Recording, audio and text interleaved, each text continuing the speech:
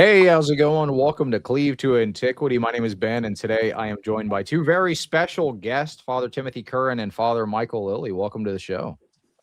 Thanks Thank for having you. me. Good to be here. Absolutely. I'm excited for this one. We're back again with another clergy Q&A. So for all of those inquirers, catechumens, people who are curious about the Orthodox faith, this will be a good stream for you to ask your questions. If you're unfamiliar with how this works, typically the way that we'll do this is you'll send your question in with a Q in front. I'll go ahead and I'll start marking all of these questions. We'll bring them up on the stage and the priest will answer them for you. If you want to skip in line, you can send a super chat and support the show. But I will also be prioritizing inquirer and catechumen questions. So let me know exactly where you're at in your walk. I appreciate everybody tuning in. If you haven't already, go ahead and like and share that we are live. I posted on X that we're going live. Retweet that so we can get some more people in the audience and send this stream to anybody that you know that is curious about Orthodoxy. So before we get started, Father Timothy, why don't you introduce yourself, and then we'll do Father Michael next. Absolutely. My name is Father Timothy Curren. I'm a priest in the Greek Orthodox Archdiocese of America, serving in the metropolis of Boston. Formerly, I grew up in the Roman Catholic Church, but became Orthodox during my college years, and I've been a priest for 13 years. The last 6 of which have been in my current parish of St. George. Husband to Presbytera Nijme, who is from the Holy Land, and we have 2 daughters and a son on the way. So that's us. Father Michael? Yeah, I'm Father Michael Lillie. I've been on here once with you before, Ben. I'm glad to be back. I'm a priest in Youngstown, Ohio. I serve the parish of Nativity of Christ there in the Russian Orthodox Church. And, I have a family, five children, married, of course. And, I'm happy to be here to answer any questions people have. Awesome. And Father Michael, you do jujitsu, right? What belt were you again? I'm a purple belt, but I've done jujitsu on and on. I was a big wrestler in my youth, so I'm a grappler. But these last 6 months or so, I've been focusing more on boxing, and my body is breaking down on me a little bit. So. And you said boxing is the nicer like alternative for if your body's breaking down. I feel like it's the opposite for me. I've got back. Well, I don't take punches to the face, but I just for exercises. But going physical on physical with young men it's not easy on the body. Sure. Yeah. Well, I'm one stripe away from purple belt, so I'm almost there. I'm getting close. What was that, Father Timothy? What martial art do you do? Well, this is from when I was a kid. It's my orange belt in Shorin-ryu karate. Nice. Trying to keep up with the Joneses. So we got three dangerous fellows up here with the martial arts. But all right, well, we'll dive right into it. So we got a couple of questions already. The first one's a little bit controversial, I think. So let me know if you're not comfortable answering this. I have a response that I think is pretty sufficient, but I'll read it and we'll see what you have to say. RC says, I go to a Go Arch parish. I'm struggling with basically the political issues and things that are happening, but my priest and parish are amazing. Should I leave? What a very controversial question to start off with. But this was the first one that came in. Do you have any thoughts, or would you like me to just kind of chime in briefly at the beginning? Well, Michael. I'll jump in. Yeah. So there's always going to be bad bishops and bad patriarchs. The church has overcome many throughout. It's a 2,000-year history. So I wouldn't lose hope over that. If your priest and your parish is feeding you spiritually, and it seems that you say it's a good priest, then that's the most important. We're going to have blossoming of the Holy Spirit in every parish, under every jurisdiction, over every ethnicity, every culture.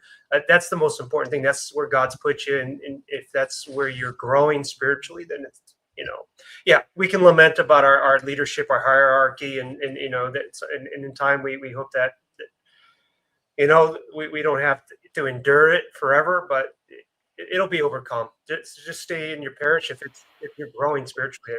Those are my thoughts. Mm-hmm. I would agree. I would say, worry more about your franchise. Don't worry about the head office. And I think there's a lot to be said for growing where you're planted, especially since you already say that you have you're really feeling supported and by your priests in the community. My home parish when I first became Orthodox was a very, very ethnic one. But I had a great relationship with my priest, and he was instrumental in my formation, and then later on in my priestly vocation. So, the political stuff that all passes. That all passes. Mm-hmm. I think that's excellent advice. All right, so let's move on to the next question here.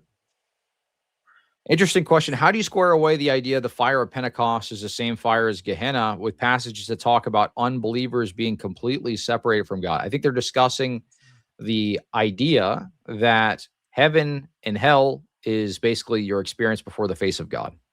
Mm-hmm. Timothy, any thoughts? I'm formulating, so yeah.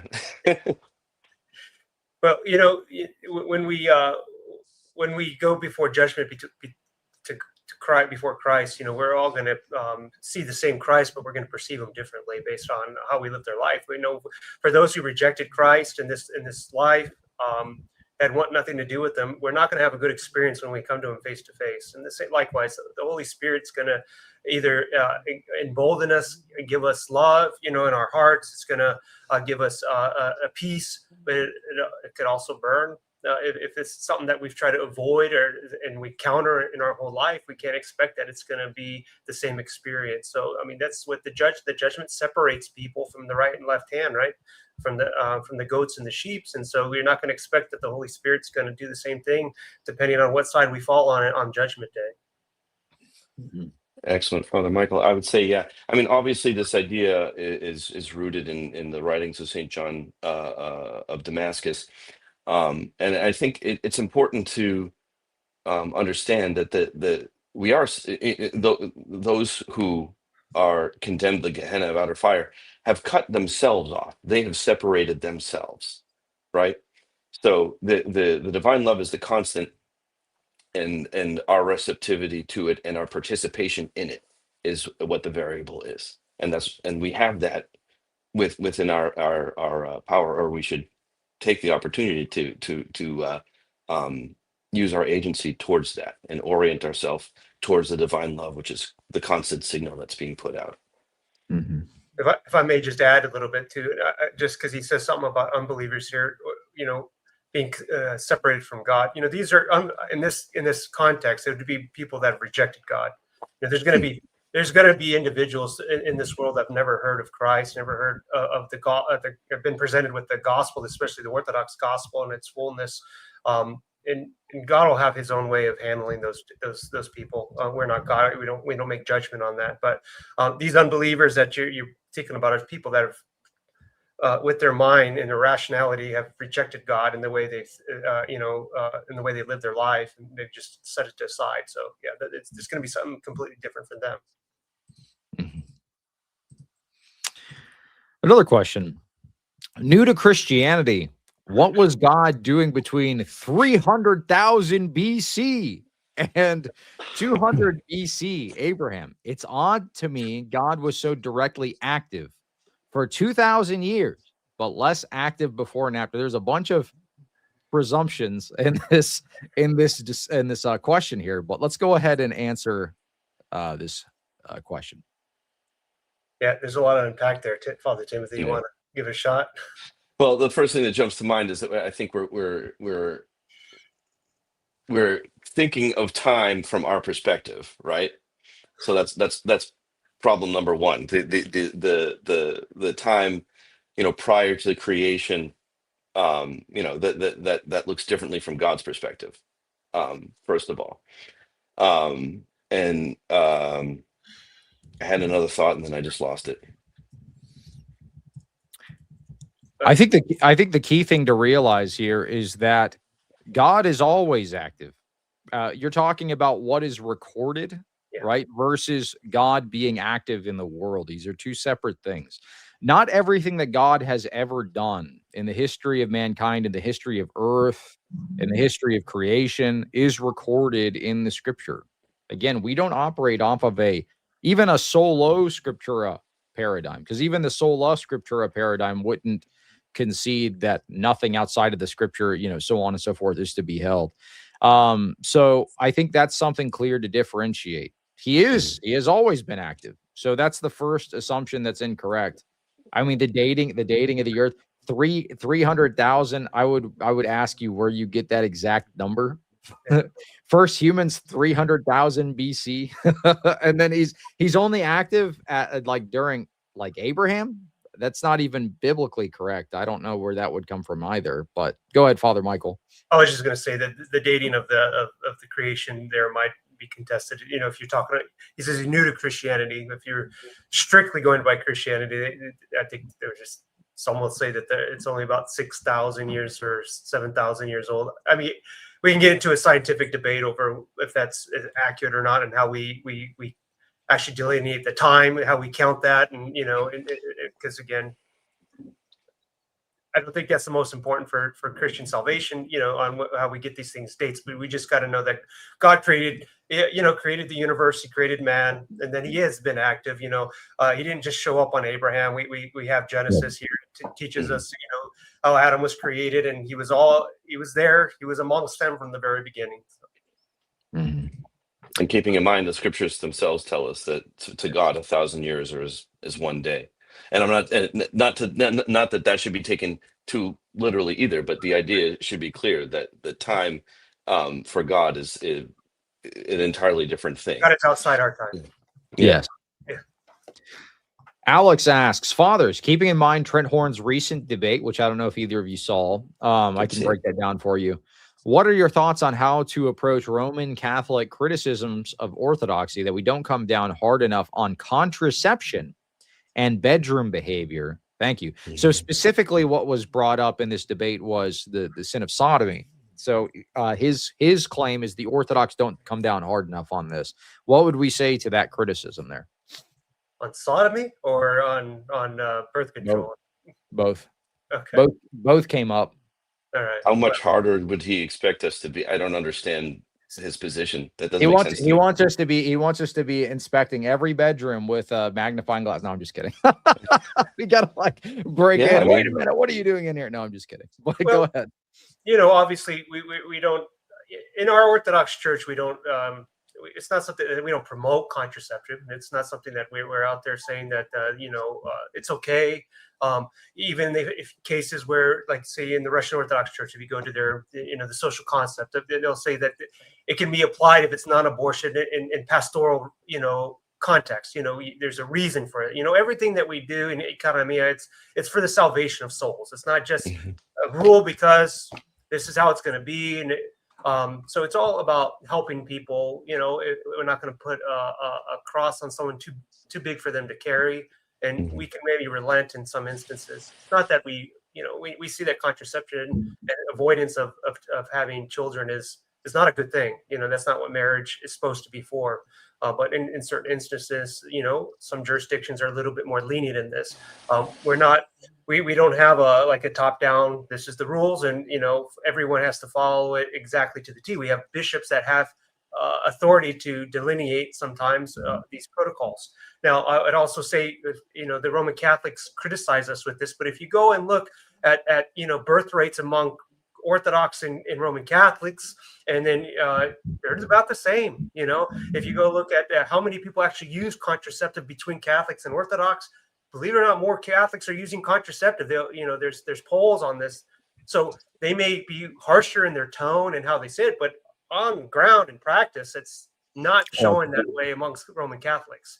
That's an excellent point. That's an excellent point, Father Michael, because if you actually go and you look at the ways in which this is being applied on the ground, they are not exercising discipline on the individuals that outright refuse this teaching. As a matter of fact, we just saw in the most recent Jubilee celebration where they had the Pride Parade into the heart of the Vatican, Pope Leo himself sent a bishop he designated a bishop to go and give unrepentant homosexuals the Eucharist. This was something that he did.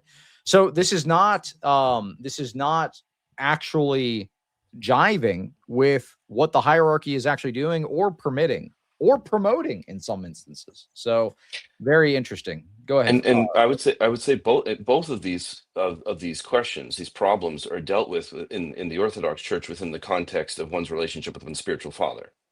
So I mean, I don't. What more needs to be said?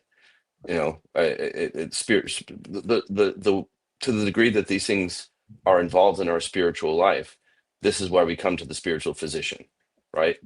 Who tailors our prescription, our therapy, to our life situation, right?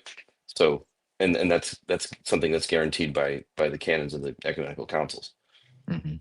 I think you see the same thing with. Sorry, just to add. Same thing we see. It's the same kind of concept as the divorce in the Orthodox Church. It's nothing that we promote. We see that as a bad thing, but we relent in it for salvific purposes. We're not going to let people stay in a marriage that is leading them into despair and into ultimately away from God. And so we apply this, this spiritual relationship, between the spiritual fathers, depending on the situation. Divorce maybe is something that not that we promote, but because we're weak people, we're sinners, and this is what needs to be done for the salvation of individuals. Yeah, the way Father Stephen DeYoung has put it before. If you want to go watch, there's an entire 30-minute discussion with Father Stephen DeYoung on this talk that I thought was pretty good. He says we don't permit them. It's a penitential act. So that's a good way to put that. Absolutely. We got Jim Bob's viewers in the chat. Welcome, by the way, if you're just now tuning in. Basically what we're doing here is a Q&A. If you have your questions you want to ask the priest, send them in with a Q in front. I'll be starring them so we can bring them up in the order in which they're received. If you want to skip in line, feel free to send in a super chat. We do have about 23 questions lined up already. So consider that as an option, but let me know if you are an inquirer or a catechumen. I'll make sure to prioritize those first. Jack asks question, fathers, on the apostolic teaching, St. Irenaeus says the Son distributes the Spirit to specific individuals based on the Father's approval and distinct plan. Does this differ from Western predestination? If you don't mind, I could chime in very briefly because I'm familiar with this actually. If you were to read 1 Peter, notice what it says about predestination. It says predestined in accordance with foreknowledge. Okay.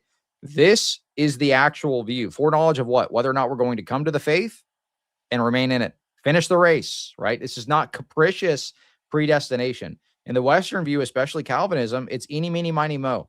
Little Timmy's going to hell. Little Billy's going to heaven. Little Jimmy's going to hell. She's going to heaven. Just based off of eeny, meeny, miny, mo. This is not what Irenaeus is talking about. Go ahead. Yeah, it's been. I think I was in seminary when last time I read St. Irenaeus's apostolic teaching. But I mean, I didn't interpret the question in that way at all. I was where my mind went to is that the Spirit is distributed to, the saints essentially, right? Like the Spirit is poured out upon those who make way for it in their life by following the commandments of God, and so become sort of channels for the divine energies. But I can't remember the context. So good that you caught that, Cleve, because I with my background hear it differently. Any thoughts, Father Michael? No, I think your words are good enough there. Geo says, Cleve, Jim Bob raid. Good afternoon, chat.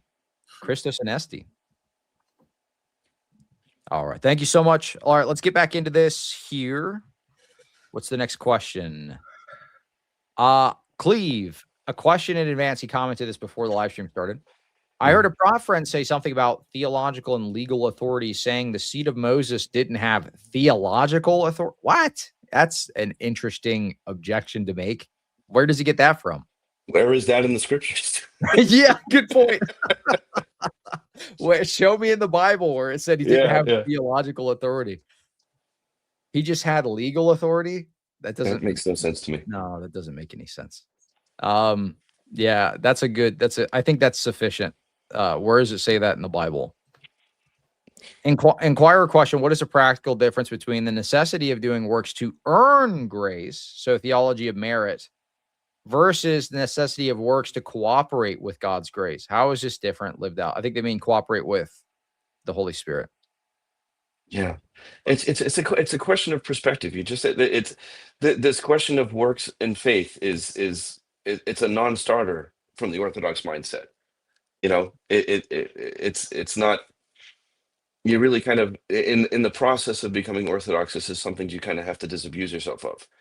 You know, because all thing as Saint James says, you know, all good things are all good and perfect gifts are from you, coming from the Father of lights. The good works that we have are the spirit, are the results of the energies of God. And it's to create this dichotomy. It's so far from the frontier of the church. Right. If we're open to God's grace, then we're going to do good works. I mean, we're living in this, in a good relationship with God. You know, I just read a sermon by Saint Nikolai Villarimovich where he's, you know, just this Sunday to the parish. He was giving a talk to the youth of America. You know, and one of the precepts he says that the American needs to do, he says we need to have a competition in doing good. You know, this is so it's not that we're doing it for a reason. We're not doing it to earn anything. We're doing it because we are Christians and that we need to do good. That is our identity. God created us good and we have to do good. And, you know, so it's not because we're trying to, you know, plead and do, you know, and get salvation by doing it. We are new people baptized in Christ, and this is our identity, is to do good. And so when I read it, how he put it, we have to compete in doing good. It makes it a whole lot. It makes that whole works and salvation distinction. You know, no, we're just got to do good because that's who we are. You know, we're people of Christ. We're people of God, and that's what people of God do. We do good. Inquirer question: discussing self-defense with someone at my parish, he said it would be better to allow yourself and your family be unalived than to take a life in self-defense. Wow. Can you give your perspective? Yeah, allow your family to be unalived? Lord of mercy. Yeah, that's ridiculous. No. You know, as a priest, you know, I'm barred from, you know, physically harming somebody, you know, but I'm capable of doing it, and I'll do it if I have to. You know, even I'm held to a higher standard even than the layman. But you know, Christ also says that there's no greater love than to lay down your life for somebody. And, you know, this is why it's okay to be serving.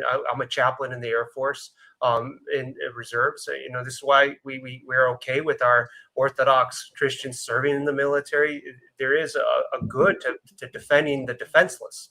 You know, so you should definitely be defending your family as a man, in particular, defending your family in instances you need to. Now, if it was just me, and you know, I would probably defend myself alone too, because I'm a sinner. You know, but we should probably at that point say, okay, maybe I allow these things to happen to me, but never to somebody I'm protecting. You know, the things we do is not because we hate the people in front of us, because we love the people behind us. You know. Exactly. The church, from my understanding, is always provided for the protection of innocence. Right now, you know, Father Michael and I are priests, and we have to the degree that we engage in self-defense, that could have repercussions on our priestly vocation. But if it's between my priestly vocation and my children,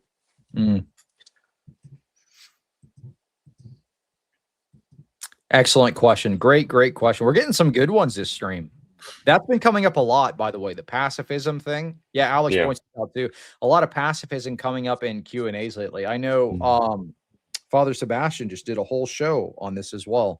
So a lot of people are curious about this. This definitely seems to have creeped into, you know, especially the more like puritanical, like Western circles. It's just like, okay, well, there's absolutely nothing you can do. Just allow your family to be wiped out. It's just absurd. That is a wild position. Pacifism is the ideal, but it's not. You know, in an ideal world, that's what we're called to be, but not. We don't live in an ideal world. I remember my ethics professor, Dr. Timothy Petitis, who some people may be familiar with for his book Ethics of Beauty, used to talk about this in class. And he would point out that the during Byzantine times, there was a standing army, of course, who would engage in battle, to protect innocents. But regardless, there were penances for soldiers coming back from war, and this wasn't punitive. This was therapeutic. It was to allow them time to process the spiritual harm that is done in taking the life of someone else. Mm-hmm. Absolutely.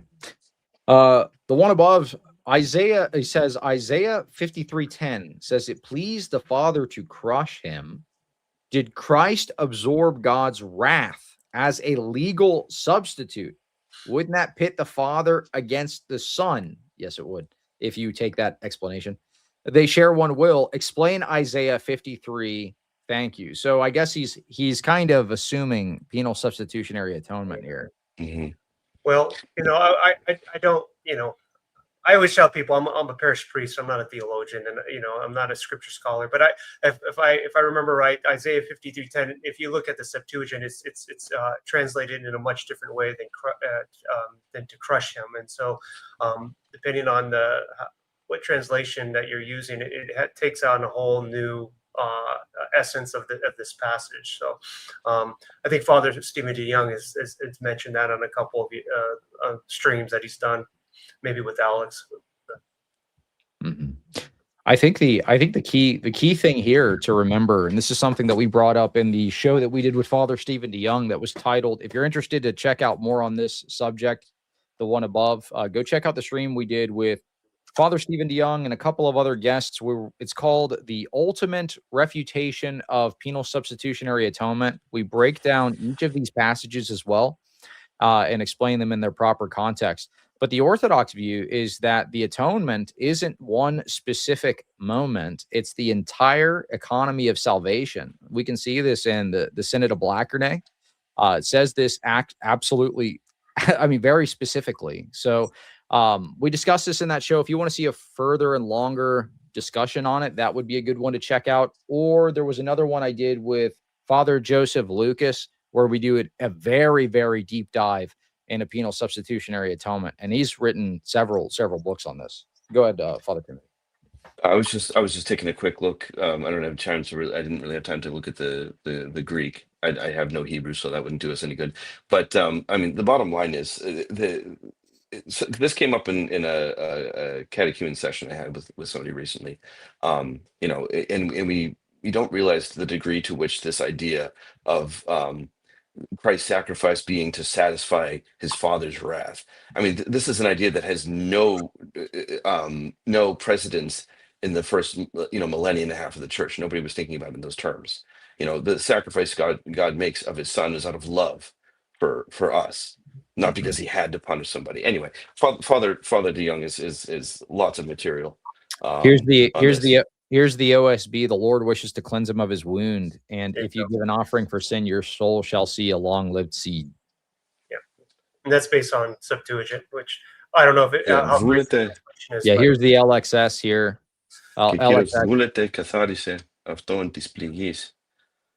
Yeah. Mm-hmm. That's a much better rendering. Very different. Absolutely. Yeah. Excellent point.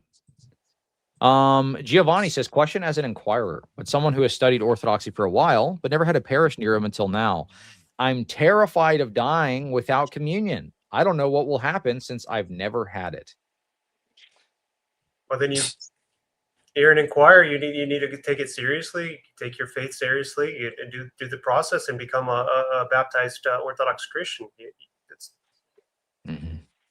it. I agreed. I think this anxiety is good to the degree that it pushes you forward in the process. It shouldn't cause you to kind of break down in a paroxysm of anxiety. But know that, it sounds like you might have some anxiety surrounding your own mortality, which is something, we all deal with. But even as a catechumen, should you die, God forbid, in that process, you will be buried as an Orthodox Christian. Right. Mm-hmm. So focus on becoming a catechumen. Absolutely. Yeah, I mean, I think that's something, especially, I don't know how old you are, Giovanni, but when you're a young man, I think there's a lot of fear surrounding your mortality. I don't know, maybe that's just a normal person thing. Maybe a bunch of people are fearful of their, of their deaths. But I mean, I don't know. Just for me, one of the things that really helped to put things in perspective was when I had cancer, and you really do have to stare your own mortality face to face. You have to stare at it and figure it out and come to grips with it. I think once you understand and realize that there is a lot that is out of your control, you have no choice but to rest in Jesus Christ. You have no choice but to trust that He is just and He will handle things in according with His divine will. So, worrying about how exactly you'll die, how exactly you'll pass away, when it's going to happen, all of these types of things. I mean, just all you can do from your perspective is strive towards them. Um, this is something I had to come to grips with. I think going through the cancer stuff was probably the best thing for me. It made me take a lot of things very seriously. So, and glory to God, I'm in full remission. So, Glory to God. Thank God. we're on the other side of that now. But it was a good lesson. Great question, Giovanni. USAF mentioned US. Thank you for the $2 super chat. Appreciate you. Cool, dude. Good to see you. Great guests. Get your questions in, inquirers. Also great to see Father Timothy on stream. So true. A fellow chat participator. Yeah, this is awesome. I'm glad to have you up on the panel. I usually just stir things up in the chat. I don't. Here you go. Question. I became a catechumen about a month ago. Glory to God. Former Protestant. Is it okay to really dive into theology and learn as much as I can? Or should I just enjoy divine liturgy? I don't know what to do. I would say focus on the doing of orthodoxy, of orthopraxy. Yeah, and that will teach you the theology as it is lived out. That's been my experience, my journey in the church. That's what I try, and because that was my experience, that's sort of how I train my catechumens. Is you learn by doing, right? And the most important thing we do is worship God in the divine liturgy and in the other services of the church. Later on, if you have that skill where you have that analytical mind and you have the desire to dive deeper into the theological treasure trove of the church, certainly. But the bigger question in your promise and in your process of being a catechumen is learning how to do orthodoxy. It's not about learning all the things. I concur. Yeah, I agree. In the early church, when catechumens were made or baptized, they were asked to become moral, like, do the 10 Commandments. They weren't taught theology. In fact, the first time they would have heard the creed said is at their baptism. So they didn't even know the creed, the theology that was presented in the creed to them. So it was a matter of changing who you were. We're in a different context here in this century. We're not so much coming out of paganism, even though there's plenty of that going along. But it's a matter of just living out your Christian faith in a moral way, learning how to not sin, go to church, how to pray. These are the most important things. And you should know enough about, our doctrines, our faith, that you can come to a belief that, yeah, this is the truth, this is the truth, and I'm totally going to accept it. And so you should know a little bit about the theology, but you don't need to be a theologian in the sense that you've read, all the church fathers and you understand them and you can debate people upon them. That's probably not even that wise to do, actually. Just go to church, pray, try not to sin, work on your spiritual life. Rachel says, Catechumen, I'm at Barnes and Noble bookstore. I was wondering if there's any Orthodox books here versus buying online. Probably not. I don't see anything here. Yeah, it's probably because they're not there. I worked at one of the largest Barnes and Nobles in the state of Massachusetts while I was going through and immediately following my reception to the church, and I took the liberty of keeping on hand a good number of Orthodox titles, but I mean, visiting the one that's nearest us now, there's not much you can find, and usually you have to. It's a shame because one of the nice things about Barnes and Noble is you can kind of go and sit down, take a book off the shelf, and sit and read. But I I hate to say it, but you're better off shopping online these days. Yeah, you may find the Orthodox Church by Bishop Callista's Ware and maybe one or there's two small introductions, but yeah, it's not going to be much. If that. Yeah. Giovanni with the $20 super chat. I am literally chasing him with all my heart. I think about Christ all the time. My worst fear is hearing those words, "Depart from me. I never knew you." And it breaks me down. I have a true fear of being separated from him. I think If this is yeah, it's good, but I my sense is reading the question that there's a little bit of sort of pathological anxiety here, and if I can recall the parable of the prodigal son, and or some call it the parable of the good father. The father, when he sees you making your way towards him, runs while you're still a long way off to meet you. He desires to be with you.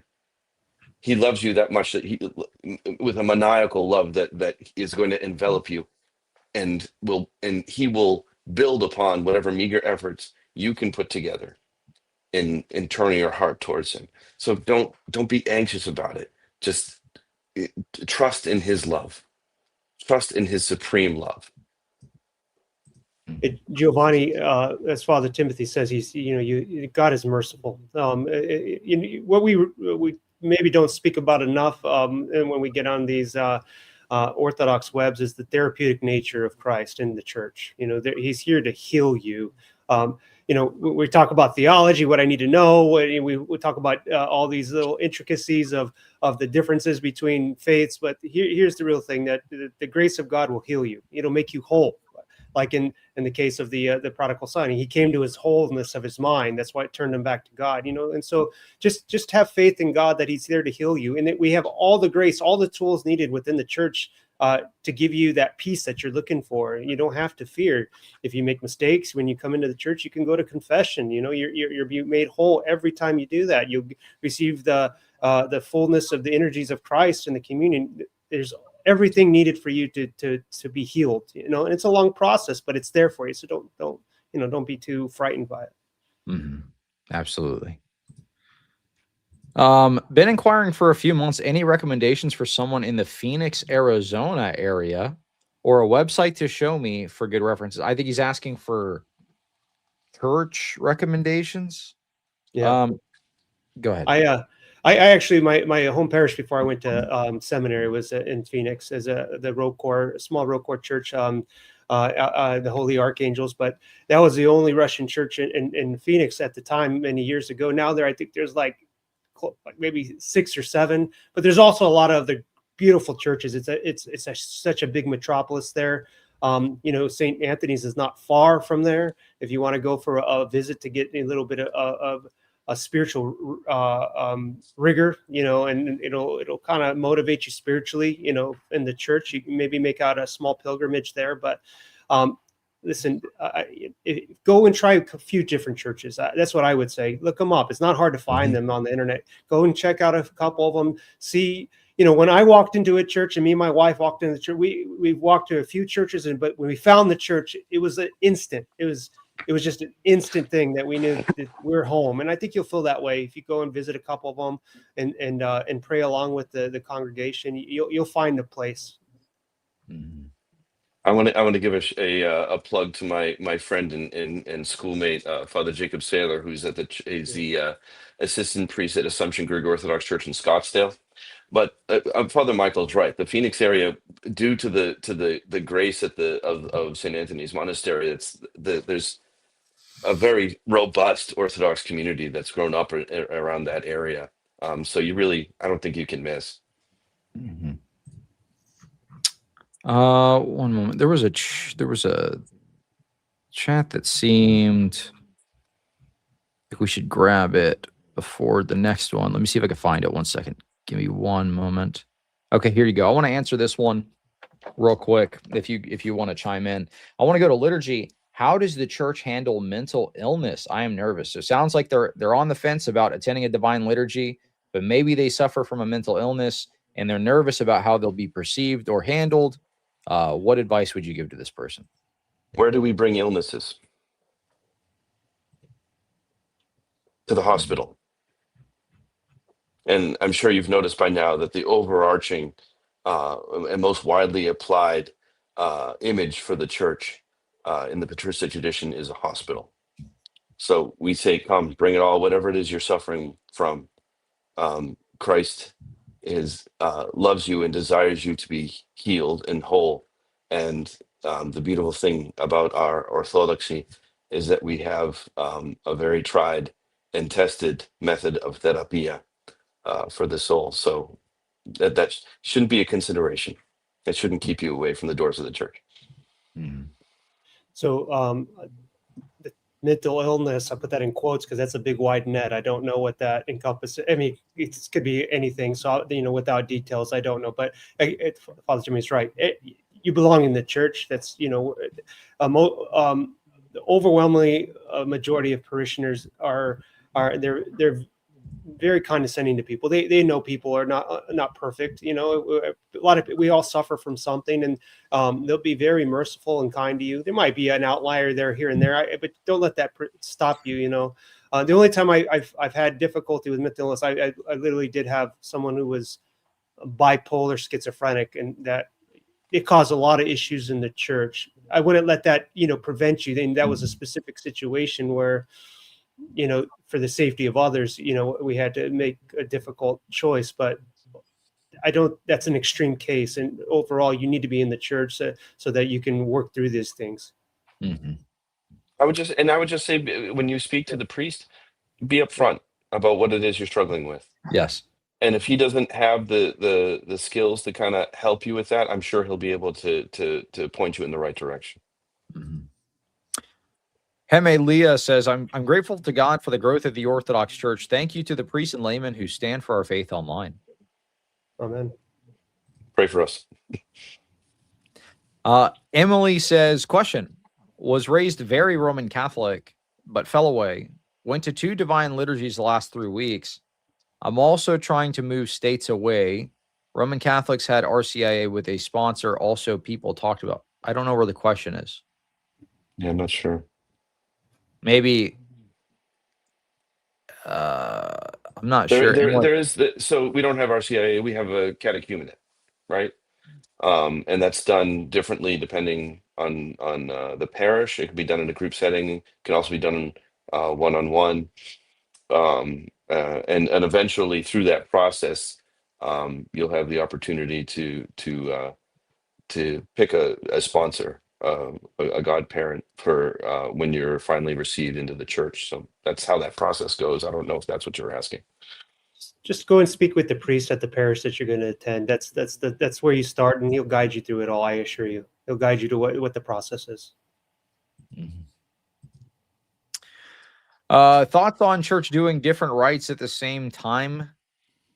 There's one in Vegas that does Russian rites indoors and Ethiopian out. I would ask, show me proof. What? Show me proof. I don't believe you. All right, let's continue on with the next question. Where's the next one? Inquirer, after leaving Protestantism, I've been looking into Orthodoxy. Fathers, may you speak about the formula of Hermistus? The papal language seems quite strong, and it threw me through a loop. That's a very specific question to ask in a clergy Q&A. I would recommend to go watch the Ubi Petrus video breaking down the formula of Hermistus. He's probably the most studied on this topic, period, point blank, online. He has an entire video breaking this down in depth with the various manuscript traditions. So go check out the Ubi Petrus video on this. That'll be way too much for a Q&A session here. I don't even know what that is. Fathers blessed, newly baptized this year. What are some practical ways you've seen advised to inculcate the virtues? Oh, there you go. I know it's a journey, but I occasionally get discouraged at repeated sin. Don't get discouraged. This is something that everybody struggles with. In my my study group at my parish, we're reading the book The Unseen Warfare, and it goes into very. I would recommend reading that with somebody, maybe with your priest or somebody else. It goes into great detail on in terms of specific practices in uh, addressing certain passions that you're struggling with by focusing on the opposing virtue. And it's a good text in that, for that. I would say just, hold yourself accountable in confession. You keep going to confession often. It does help, even if you feel like it's useless because you keep sinning in the same way. It's the struggle that matters. We tend to judge ourselves as losers or victorious by I did this or I didn't, I sinned or I didn't sin. But even if you look at church literature, there's in the prologue and the synaxarion we hear about these, like this monk, the drunk monk. I think Saint Paisius talks about this drunk monk as well. That was on the Mount Athos. It scandalized everyone, but we don't know the past. Like he cut himself down, to one drink a day, even though he was an alcoholic because of his birth. They used to give it to him in his bottle to keep him quiet during Turkish, to keep they didn't want to get kidnapped by the Turks during Turkish, the yoke of the Turks who were taking these kids as they were young. So I would say, if you're the struggle and you're still sinning, but you're improving, that's a big victory. If I sin every day the same way, if I'm a kleptomaniac and I steal 5 times a week, but I'm working on it, and maybe I got down to only stole 3 times. That's a big victory. It's improvement. Are you still a sinner? Of course, but it's the spiritual journey that you're as long as you don't give up, you keep on trying. That's really where this is important to God. God wants a struggler. He just doesn't want you to give up, even if we're not outwardly seeming like we're victorious. As long as we're struggling and we're working towards that, walking the path towards God. He sees that, and he'll receive that as a victory. Fathers, thank you for this. What do you recommend for nominal Orthodox / lazy cradles, and how do you deal with that group? Do you mean, like, what do you mean? What do you recommend? Just how to get more active, maybe? I don't think that this is something that has like a magic bullet answer. It's done through relationships. If there's a family or an individual in a parish that I'm serving who's sort of fallen away or has never, it becomes clear, has never kind of been fully churched, if you know what I mean. All I can do is make myself available to them. In my experience, like I said, in my experience, I don't think that there's one single method that magically takes care of this. More often than not, it pains me to say that it's usually some kind of experience of personal tragedy that will shake somebody out of that kind of nominalism and bring it back to the church. That's just how I've seen that play out. Father Michael, I don't know if you've got any more thoughts on that. Yeah, the context of this question, I'm not sure. Is it for the priest, for the family, or is it a friend? Who is prayer? You always have to be praying for these individuals if you know them personally, and then your witness in life. That changes people. It doesn't even if you're living out your faith fully, and these individuals see it, it has an effect on people. Someone who's very faithful in a family can save their other really nominal family members by their own witness and their own prayers. So just keep praying for people, be a good witness, keep on inviting. I tell this to a lot of parishioners that have like children that have kind of gone wayward and not been in church. Keep on inviting them to church. Don't give up on that. Don't nag them to death, but always make sure, hey, I can take you to church. Don't just invite them, say, I'll give you, just be in their life and be active, be a good witness, and pray. Mm-hmm. The pro tier strat is you say, look, we got to go get lunch together on Sunday, but the caveat is you got to go to church with me first. Right. The lunch is at the coffee hour. That's I've said that to people that are like, I want to get my family to go to church. It's like, well, invite them to lunch. Just say you got to go to church with me first. Yeah, it's good. Good advice there. Father bless. I often struggle with repeated sin with my girl, especially when I'm supposed to guide her to orthodoxy. I'm a layman. Well, don't do that no more. How about that? No. Go ahead. You know, if this is somebody that you're serious with and thinking of spending your life with, I mean, you need to be protective of their heart and of their soul, and you need to avoid any instances where this is going to even be a temptation. You know, you if you are an Orthodox Christian already, and you're trying to uphold and say that, you know, look, the commandments of Christ and the tradition of the church are something important to me. You're saying something completely different with your actions. And you need to take stock of that and do your very best to protect her and you. If this is a weakness of yours, then you need to discuss it with her and tell her, you know, I don't want to do this. You know, I don't want to have any relationships, and you know, before, you know, if we're not married, and so, and if you guys are upfront about that, you know, she ask her to help you. You know, if you're an alcoholic and she loved you, she's not going to take you to a bar and put a vice in front of you. Likewise, she you know, let her help you, hold you accountable, you know, and saying, hey, if we get, you know, down that road, don't let us go down that, because I don't want to do it. So, you know, it's a relationship. You both have to work on this, and you got to be upfront and communicate that. Otherwise, it's going to continue to happen. Yeah. Excellent stuff. Thank you, Father. I know he's not left me an orphan. God bless you. This is from Giovanni with the question earlier. Amen. Emily, as a follow-up, says, sorry, I'm moving to another state soon. I want to start now. Plus, I'm not at the parish I'm interested in doing catechism at yet. I will talk to the priest here. Seems like they're agreeing with your sentiment to go talk to the priest. Yeah. Yeah. You just, you know, you just can't do catechism and come into the church without having a parish community. You know, you need to, that's part of becoming Orthodox, is being incarnated in the parish. We can't do this solely online. You just can't study your way into the faith. You got to be amongst the people with the priest, being guided by him. Yeah, it's essential. You just can't do it. Mm-hmm. St. Paul the Apostle Orthodox Church is the church. Well, I'll look into it. I still don't believe that that's going on. Send me an email or an XDM with your proof. Is that the OCA church, I think? And is that, yeah, I think that's the OCA church there. Yeah, we need more information. Yep. Send me evidence. I love my priest, but he seems very, very busy. I'm struggling with family issues. Should I look around for a spiritual father outside my church? Well, your priest is very busy. Yeah. That much I can confirm for you. But I mean, if you feel like you're in a crisis, you can communicate that face to face, preferably, um, and ask him, is this something that you feel I can bring to you, or would you prefer I speak to somebody else? Not in a bitter way, you know, out of concern for his pastoral responsibilities too.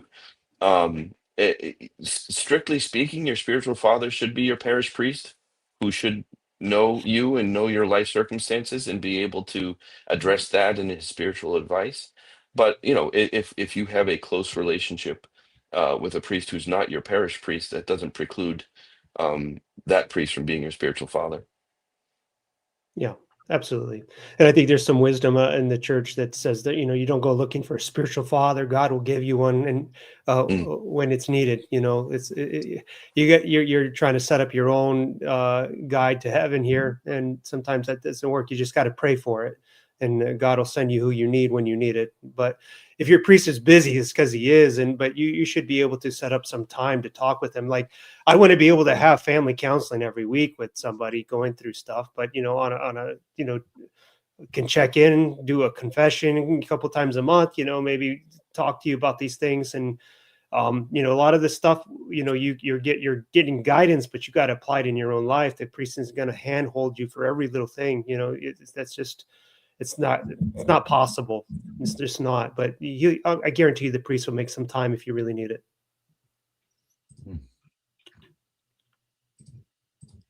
Rusty Shackelford says he attends the church that person was talking about, and they don't do that. So the guy's making it up. There you go. Thank you, Rusty. Appreciate you. Don't want to be slandering anybody. Should I seek matrimony before chrismation, or can it be done simultaneously? I need So more information. Yeah. So are you married already, like civilly, or of another Christian context that you know that will matter? And are you just engaged and not married yet? You know, there's a lot of things. You couldn't say that. I mean, if you're both coming into the church together, yeah, you would want to be brought into the church, and then you can have your marriage blessed. That's generally the path you do it. You know. My question is, where would you be getting Yeah. married if not in the church? And if you're not able to get Yeah. married in the church yet, don't get, because if you do get married outside of the church, that puts you out of good standing with the church once you are brought into the church. So Right. I would say better not having all the information, but generally speaking, better to wait until after you become Orthodox. Mm-hmm. Cleve, my last meeting with our priest made it clear we're not ecumenical. This is the guy that attends the church that the person was trying to say did Ethiopian worship. Good grief. If Christ is an eternal, uncreated person, does Christ have free will? And if not, why was the adversary tempting him in the desert? He was tempting him with desserts. No, I'm sorry. Go ahead. I fall into that temptation daily. I'm very tempted by desserts. This is true. Go ahead. Well, Yeah. Christ did. He had a will. He had a will. He had two wills, actually, you know. And so, yeah, he had a human will, and so the devil was tempting that human will. But him being Christ, God, being the Messiah, God's will overcomes that he won't sin. You know, he's just not capable of sinning, but he can be tempted to do so. Yeah, I mean, of course, famously, St. Maximus the Confessor points to the agony in the garden as evidence of those two wills, but Christ, being fully God as well, perfectly subordinating his human will to the divine will. Yeah. So even if he is tempted, even he faces temptations, he's never in danger of falling into temptation. Question from an inquirer. I've been convinced of the EO faith. How do I choose which jurisdiction to join or go to? Is it just based off a distance? If I move, would I switch jurisdictions? I guess a couple questions wrapped up in that. Yeah. Visit churches. That's what I would say. See where you feel comfortable. Every parish, I mean, every jurisdiction and every parish within a jurisdiction has a kind of an ethos of itself, a kind of it's its own thing. They're all fully though capable of bringing you salvation. Within the parish church, every Orthodox is the fullness of the church in every parish. So just go, wherever you end up, you'll be within the church. Just go check it out and see how it feels. Not every priest is going to be the same. Not every priest is going to, we're going to connect with. Not every parish we connect with. That's a good thing, so that God, giving us, we have a choice here in America. This is an odd thing here in America, but you just go and check it out. Like we said to the other questioners, just see where, I guarantee you're going to find one that you walk in, and at some point it's like, I feel home. And then that's where you need to plant yourself and then allow it to grow. Now, if you move to another, you said, if I move, would I switch jurisdiction? Maybe you have no choice but to we don't have jurisdictions in every city in America. Not every parish has that. So you might have to switch, but again, the fullness of the church is in every parish. Mm-hmm. Burning bushes. This is a Miaphysite gentleman.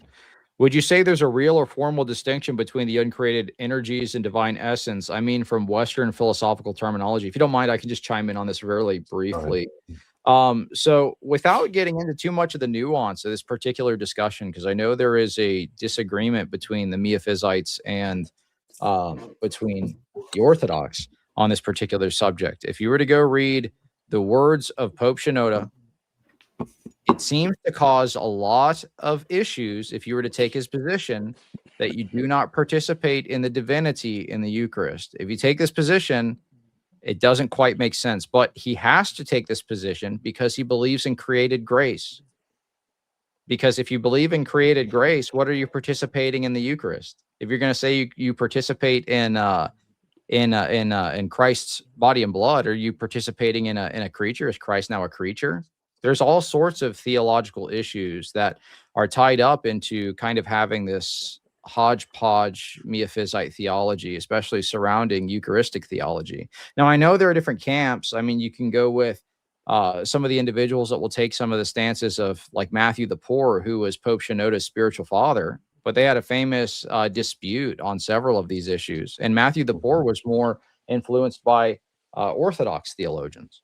And Pope Shinoda took the radically opposite position. The issue when you take this radically opposite position that's more influenced by Roman Catholicism and these types of things, it just makes you have like a patchwork theology that doesn't quite make sense when you actually press into the epistemic foundation.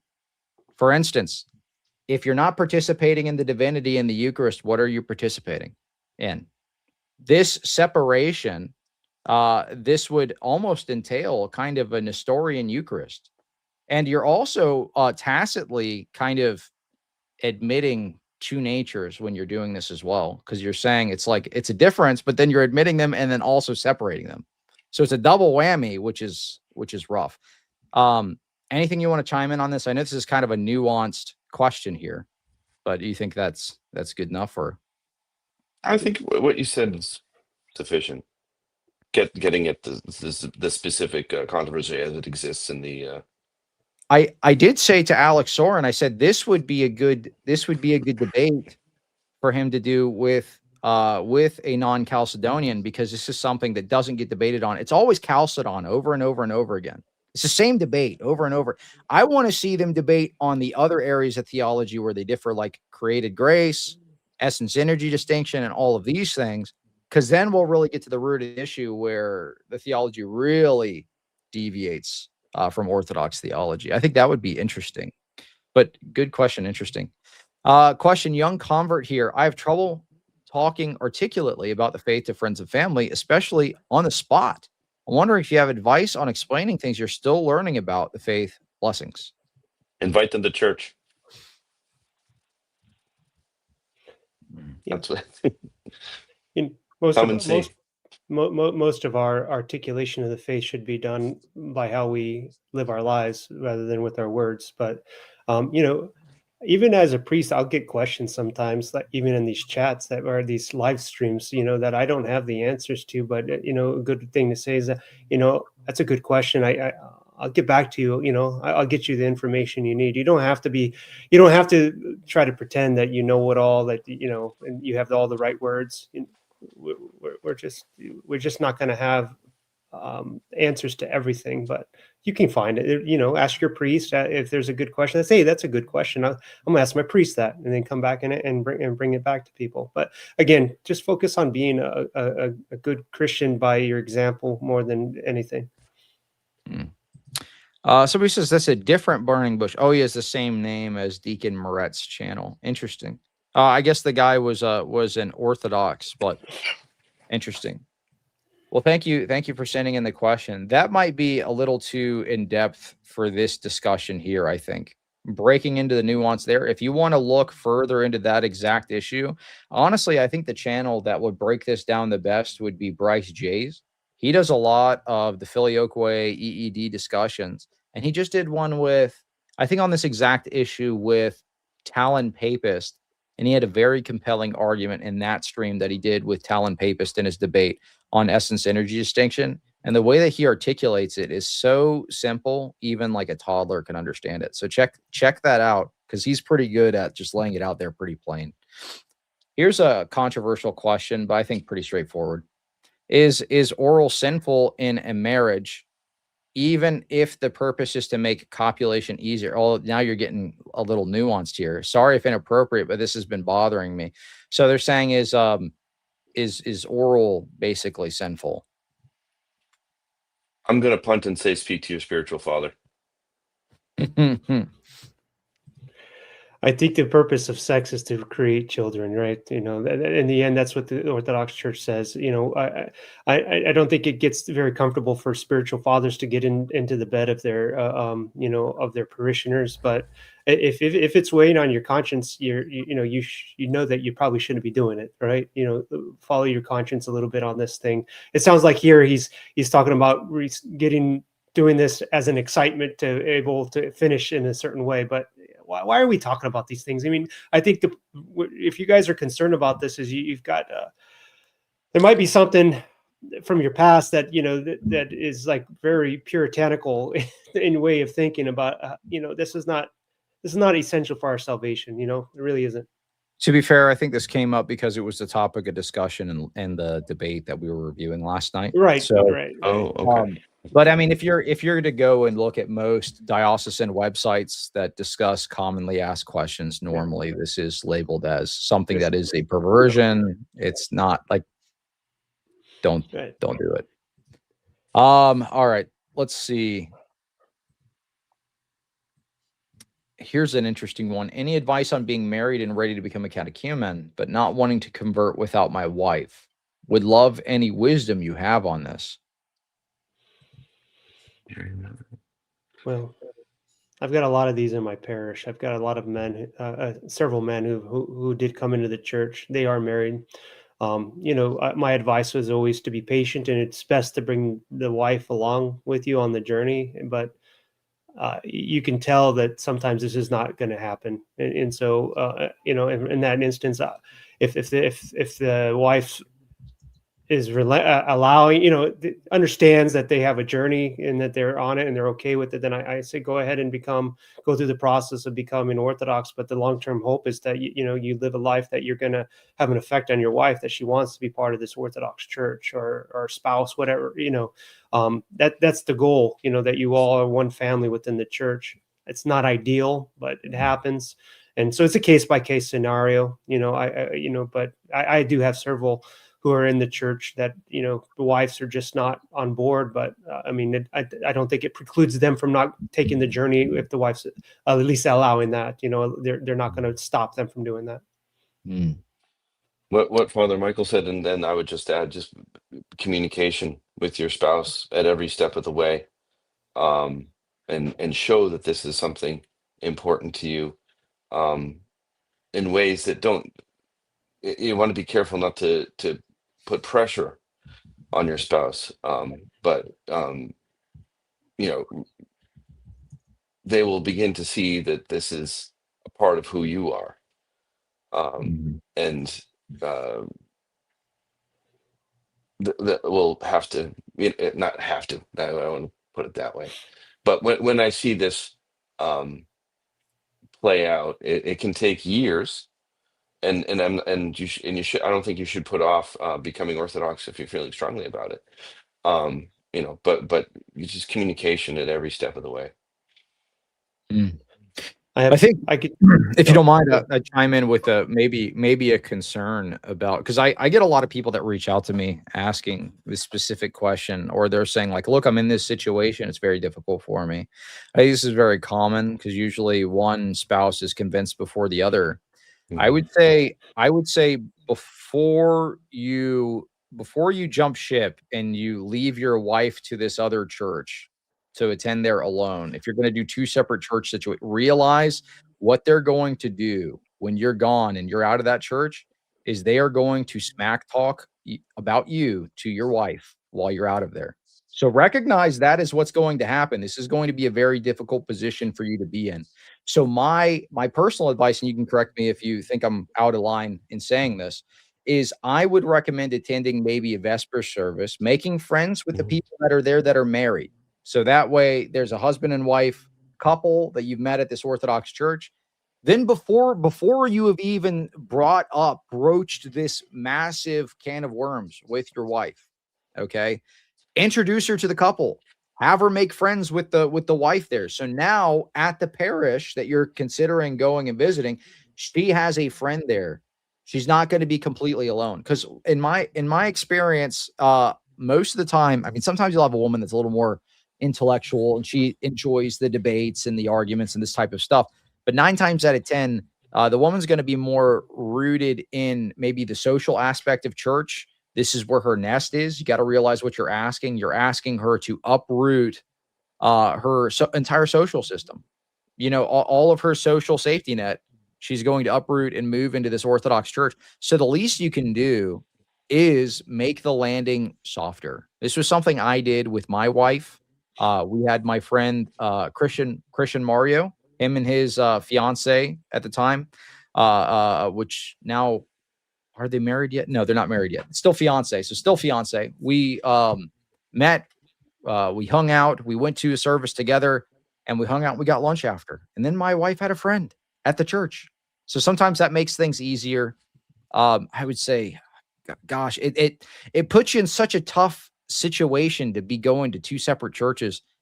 I would really, it would have to get pretty bad before that's the point. I don't know. That I would just urge caution. What do you think, fathers? Well, I think what you're saying is advice. I do know that there's going to be individuals that they may never convert, and you know I wouldn't preclude someone converting without their spouse if it meant their salvation over it. You know, Mm-hmm. the prayers of the church with a baptized person receiving communion, you know, will have the ability to likewise hopefully save the spouse, even if they don't come along the journey, of converting to the faith. So yeah, I think you should take it slow. I think the social aspect of it for women is very important, as you say. You know, if they're not feeling comfortable at a new place, there's not going to stand a chance. So yeah, those are all good advice that you gave, Ben. But in the end, there's going to be some tough calls that had to be made in certain instances. Thank you, fellas, for this chance to ask. Wife and I just had our first son. We're inquiring since 24, very busy parish, 300 communing, 80 catechumens. Wow. 60 inquirers each Sunday. Meeting with the deacon is scheduled 3 months out. If you have any advice for someone who struggles with patience while feeling so spiritually sick, how do I balance home life with socializing at the parish? Thank God for you. Seems like a couple questions. Yeah. I would trust the process of the catechumenate as far as feeling spiritually sick. That's going to continue after you enter into the church. So you have to trust in the grace that's present in the holy mysteries. When you get to the point of being received into the church, but also just even as a catechumen, that's a process of healing as well. So take your time, don't rush it. Balancing socializing, home life with socializing at the parish. I'm not sure if I understand what the issue is. Maybe they're saying they're nervous to, I don't know, spend too much of their time in church or something along these lines. Hmm. They feel like it's going to eat up too much of their personal life. I don't know. Yeah, I'd have to know more. I'd have to know more too. I would say this might be one of those instances where I kind of have to backtrack on some of my other statements where it says just, you know, you'll find a place and you'll feel at home. But if you can't get to talk to your deacon for 3 months out and there's that many people and you feel like you're impatient to try to, you may want to try a smaller parish and see how it feels and see if you can actually speak to a clergyman and along. Listen, you may have a great parish. It might be the best thing around, and you may not have nothing else around, and it is what it is. But in these instances, that's a big parish. It seems like they're undermanned. A small parish might be the way to go, you know, if it feels right to you. I'm not saying abandon it, but just give it some thought. That's 3 months out to schedule a time to talk to the deacon, and not even the priest. I mean, most parishes are not blessed with that kind of situation to have that many people, but it's wild. It highlights this looming problem of the clergy shortage too, right? Yeah. Balance home life with socializing at the parish. I'm gonna give you awful advice. Spend every waking moment away from your family at the church. Leave them all at home and go to church. No, I'm just kidding. I mean, what? I don't understand the difference. Wouldn't you bring them all with you anyway? Like, that would be my thought. Wouldn't you bring the family with you to church anyway? So if you're spending time with people at the church, you'd likely have your family with you.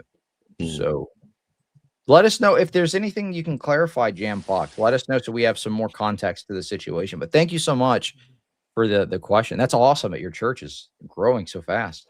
Well, Pray for the priests. Around the time I started going to church, I started eating carnivore / animal based. My priest is allowing it for the most part. My question is about beef blood and raw meat. Is it okay to eat blood? scripture say no. So that is true. it's one of those things that we should probably avoid. Cook your meat, I mean, if you want to have a medium rare meat, so be it. But I think coagulated blood and all that stuff, blood sausage, I think in Europe, I think in Western European cultures, that's kind of a thing. But that to the early church, that was seen as forbidden, but if it's just because you're looking for nutritious, I think you could find nutrition outside the blood, really. Someone in the chat was saying that you can get the same nutrition from eating liver. I'm not being a nutritionist, I don't know, but I mean I mean as someone who always enjoys a good full Irish fry, I now have to say, can we skip the black pudding? The scripture's pretty clear. Yeah. What is the Orthodox teaching on tattoos? Ooh. Well, I think it'd be hard pressed to find an official teaching on tattoos, and at least from the Orthodox faith. You can go to Scripture and Old Testament about marking one's body, and that was forbidden in the Old Testament. I would say, what's the purpose of the tattoos? Is it for vanity? Why are you getting the tattoos? I certainly know people with tattoos, Orthodox. I even know clergy with tattoos. But I think at some point, what's the point of them? Is it for vanity's sake? I mean, that's what it's there for, so you probably want to avoid it if that's the reason, unless you absolutely have to have it. I don't see why you would need it. Yeah. My experience is that it's generally in most Orthodox ethnic backgrounds, it's frowned upon. And you certainly don't want to be scandalizing the people in your community. So. This is an important point to the previous one. Cleve, please mention to Daniil, the blood typically is drained by the butcher. The red juice that comes from meat is not blood. Talk about medium rare steak. Yeah. Usually the red stuff in a medium rare steak is not blood. It's myoglobin. Yeah. Good addition there. Let's see. Wow. Thank you so much, Zach. 20 Cleve to Antiquity memberships. I appreciate you. We did a pretty good member show not that long ago on the SSPX situation, which is absolutely wild. They consider the SSPX sacraments invalid, and they say Orthodox sacraments are valid. So they just to own the trads, they invented a new sacramentology. It's just Lord have mercy on them. It's just, I mean, I couldn't imagine being in that system right now, trying to defend the papacy and its decisions when they just seem to punish their own people left and right, the ones that are trying to be, actually somewhat faithful to historic Roman Catholic teaching, even if it's historic Roman Catholic teaching of 500 years ago. But inquirer coming from megachurch non-denom, several EO churches here, Greek, Russian, Serb, Antiochian. So many choices. Any recommendation for a baby inquirer? So you're a baby chat again. Wow, you're a very talented baby. Thank you for all you do. I love this channel. I mean, you're blessed in that respect. There are parts of the country where the opposite is true, and you may have to drive quite a ways to visit an Orthodox parish. When I went through my catechism, on Sunday mornings, I would usually go to the parish that I was going to undergoing my catechism at. But I made a point to visit as many churches in the greater Boston area as I could, and made a lot of good friends. I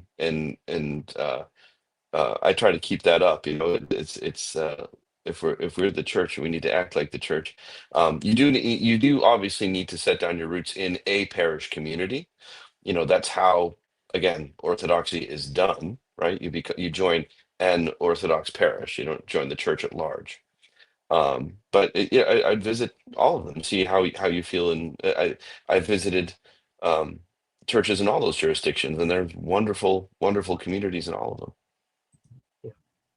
You know, coming from a mega church Protestant background, you get all these churches. You might feel a little bit.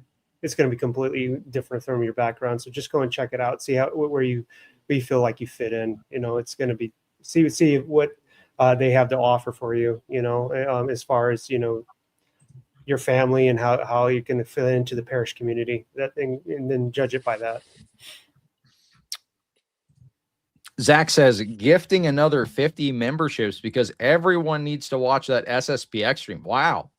Feels as though we have a front seat watching the Catholic Church usher in the perennial religion of the future. Very, I was thinking the same thing, watching all of the, so especially with the Miaphysite stuff going on right now, and a lot of the stances that they're taking, as well as what's going on in the Roman Catholic Church right now, as well as all of the, we've been diving into a lot of like the deliverance minister stuff, the charismatic movement. It does strike me as this is like ushering in the religion of the future. It's so odd, especially in the Roman Catholic Church. I was thinking about reaching out to Father Peter Heers to do a show on ecumenism and the religion of the future and how those two things tie in, and maybe breaking down St. Seraphim Rose's book on this, because I think that would be an interesting show. Maybe not as a live stream. Maybe we do that as like a standalone video. But such an interesting point to tie in, Zach. I was thinking the same exact thing. And we go deep in that SSPX stream, by the way, the one that we did for members. I mean, I bring the receipts. There's article after. I've been saving Catholic news articles for over the last maybe 2 to 3 years, and you can see the pattern develop. And Zach, there you go with the 50 Cleave to Antiquity memberships. Thank you so much, man. Spam W's for Zach in the chat. I appreciate you, man. All right, so let's look. Here was a follow-up from Jam Fox. This was the one about the home life thing. I'm blessed with duties at home, land and home in disrepair, depravity for years, single income, so she can work, stay-at-home mom. So I guess this is the husband writing. I work a lot and I want to balance stewarding my blessings with shepherding my flock. So I guess balancing like home repair stuff with church. Well, I mean, you got to take care of the home. You're first and foremost, you're responsible for your home, and if you're neglecting stuff that needs to be done at home in order to socialize at church, it's not necessarily a virtue. So take care of what you can at home, and go to church on Sunday. Get involved. If there's a men's group that meets once a week, I don't see that's an excessive amount of time to be at church. So just and help out the wife there. The best you can. I see you're working a lot, but I think with most. Oh, sorry. Go ahead. Sorry. You first. I was just going to say that a lot of modern theologians talk about the church of the home, and that you as the father and the husband need to be a good steward, of that home church. So I mean, obviously that doesn't preclude you from talking with people at coffee hour or whatever, but you don't. You have to prioritize the homestead. Yeah, I was just going to chime in. It seems like, I don't know, most people don't seem to have too much of an issue spending too much time at church. So I would say careful if the assumption behind this question is, do I have too much to do at home? That means I can miss out on church on Sunday. Oh, that's a good point. Yeah. Not an excuse to do that if that's where you're coming from. But if it's more like, look, I have a bad habit. If you're one of the rare people that's like, I have a bad habit of going to church, 5 days a week, and I miss out on doing things at home or something. Like, I don't know. I feel like going to church on Sunday and going, like you said, Father Michael, going to church on Sunday and going to a men's group, that's maybe once a week or once a month or whatever the case may be. That's not spending too much time at church. You can still get things done at home and do that very easily. And And I think this brings us back to the whole point. Like a lot of our parish life is going to, we need to have a relationship with the priest. He's going to know us better. So, you go and talk to the priest about your situation, and he'll probably be able to better guide you. Mm-hmm. Great question, Jam. I've been a catechumen for 2 years. I'm gone for work often. Deep sea diver. What an interesting job. Wow. I've seen people going less time than me, baptized in already. What's a polite way I can ask my priest if he's forgotten about me? When's the last time you spoke to him? That would be. Yeah. Go ahead.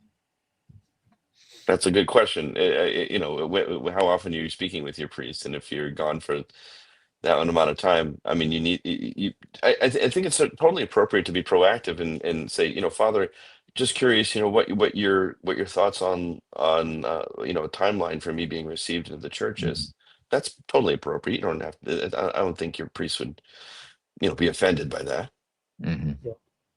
Yeah, being direct is okay with your priest. And sometimes I actually do wait for people to ask me, if they've gone through the catechumen a while, and I want to see where if they really want, they really want it. It's something that they gotta want. It's not something, I'm not pushing them. I'm just guiding them, in a sense, giving them the things and tools that they need in order to become a member of the church. And sometimes some individuals, you just want to say, hey, I want this. I'm ready. What's the time frame for me? And that's fine. And then I'm sure the priest will tell you, this is what I like to see. Mm-hmm. Yeah, he may tell you that I'm waiting to see, a commitment to being present at the divine services, which again, right, we can't emphasize enough is how we make new Orthodox Christians. And so that should be an opportunity for you to kind of talk to them about what your life situation is and how we can make that work. Mm-hmm. COC says deep sea diving sounds like a cover for me. He's Yeah. 007 for sure. Yeah, what an interesting job. That's got to be exciting. I couldn't imagine that though. I get annoyed when my ears pop on airplanes. Like doing the deep sea diving stuff would drive me nuts. I think it's terrifying. That's an interesting job. My Greek church is a very long commute, but recently a mission parish of a Serbian church opened in my city. Can I be a member of both, even though they're a different calendar? Or do I have to choose? Well, member is a specific term, but again, as I said before, sorry, Father Michael. As I said before, when you join the church, you join a community. That doesn't preclude you from visiting or participating in events at other churches. But if it turns out that the Serbian parish is more reasonable for you, I mean, like how long the commute are we talking? Is it preventing you from attending the Sunday liturgy or other services? I mean, you have to kind of weigh these things. Also, I mean, you'd have to visit the other church just to see if that's a good fit too. She said about an hour drive. Being a member, that comes with a lot of I don't know, baggage. What does it mean to be a member of a parish? But you can attend a parish and be a member of another one. That's fine. I think that the more difficult thing there is probably the calendar question. If you're going to be spending time at one and the other, there's going to be times where those do conflict, as far as when you come on the fasting schedule, come on feast days, these things that we should be, applying ourselves to. That might be a difficult thing. You may have to choose, like, what calendar am I going to celebrate these feasts on, even though maybe I may be splitting time here and there at two different parishes. If a couple are received into their church, but their marriage was only a legal civil marriage and did not take place in another denomination's church, is there a ceremony or blessing for that marriage? Well, there might be me and Father Timothy might have two different answers to that based on, I think Russian and Greek practice have, bring this when you come into the church. Yeah, a little bit different. So there might be a little bit of different. We can still, in both instances, we can bless that marriage. We can give you a marriage after you've been brought into the church, right? We're consider you married. We're not saying that, what you have is not a marriage in a sense that we don't recognize you two living together in a legal manner, right? So you'll be brought into the church, and you can receive the matrimony marriage. oftentimes in many Russian practices, you'll find that if you're baptized into the church as a wedding couple, we legitimize your marriage in that baptism. Doesn't say we can't bless that marriage, but it's Right. not necessary. Yeah. And I know in some Greek practices, like, no, absolutely, your marriage hasn't been blessed by the church, and you have to get that a little bit more. I may be wrong, but I'm pretty sure my memory serves me right, that you have to, you should probably get that thing blessed and have a kind of a wedding service in the church. But it wouldn't preclude the couple from not participating in the sacraments, for example. In my experience. Okay. Yeah. So I think it's pretty much the same, right, in my experience. Good. Father Curren repping the Raise Your Clay crew.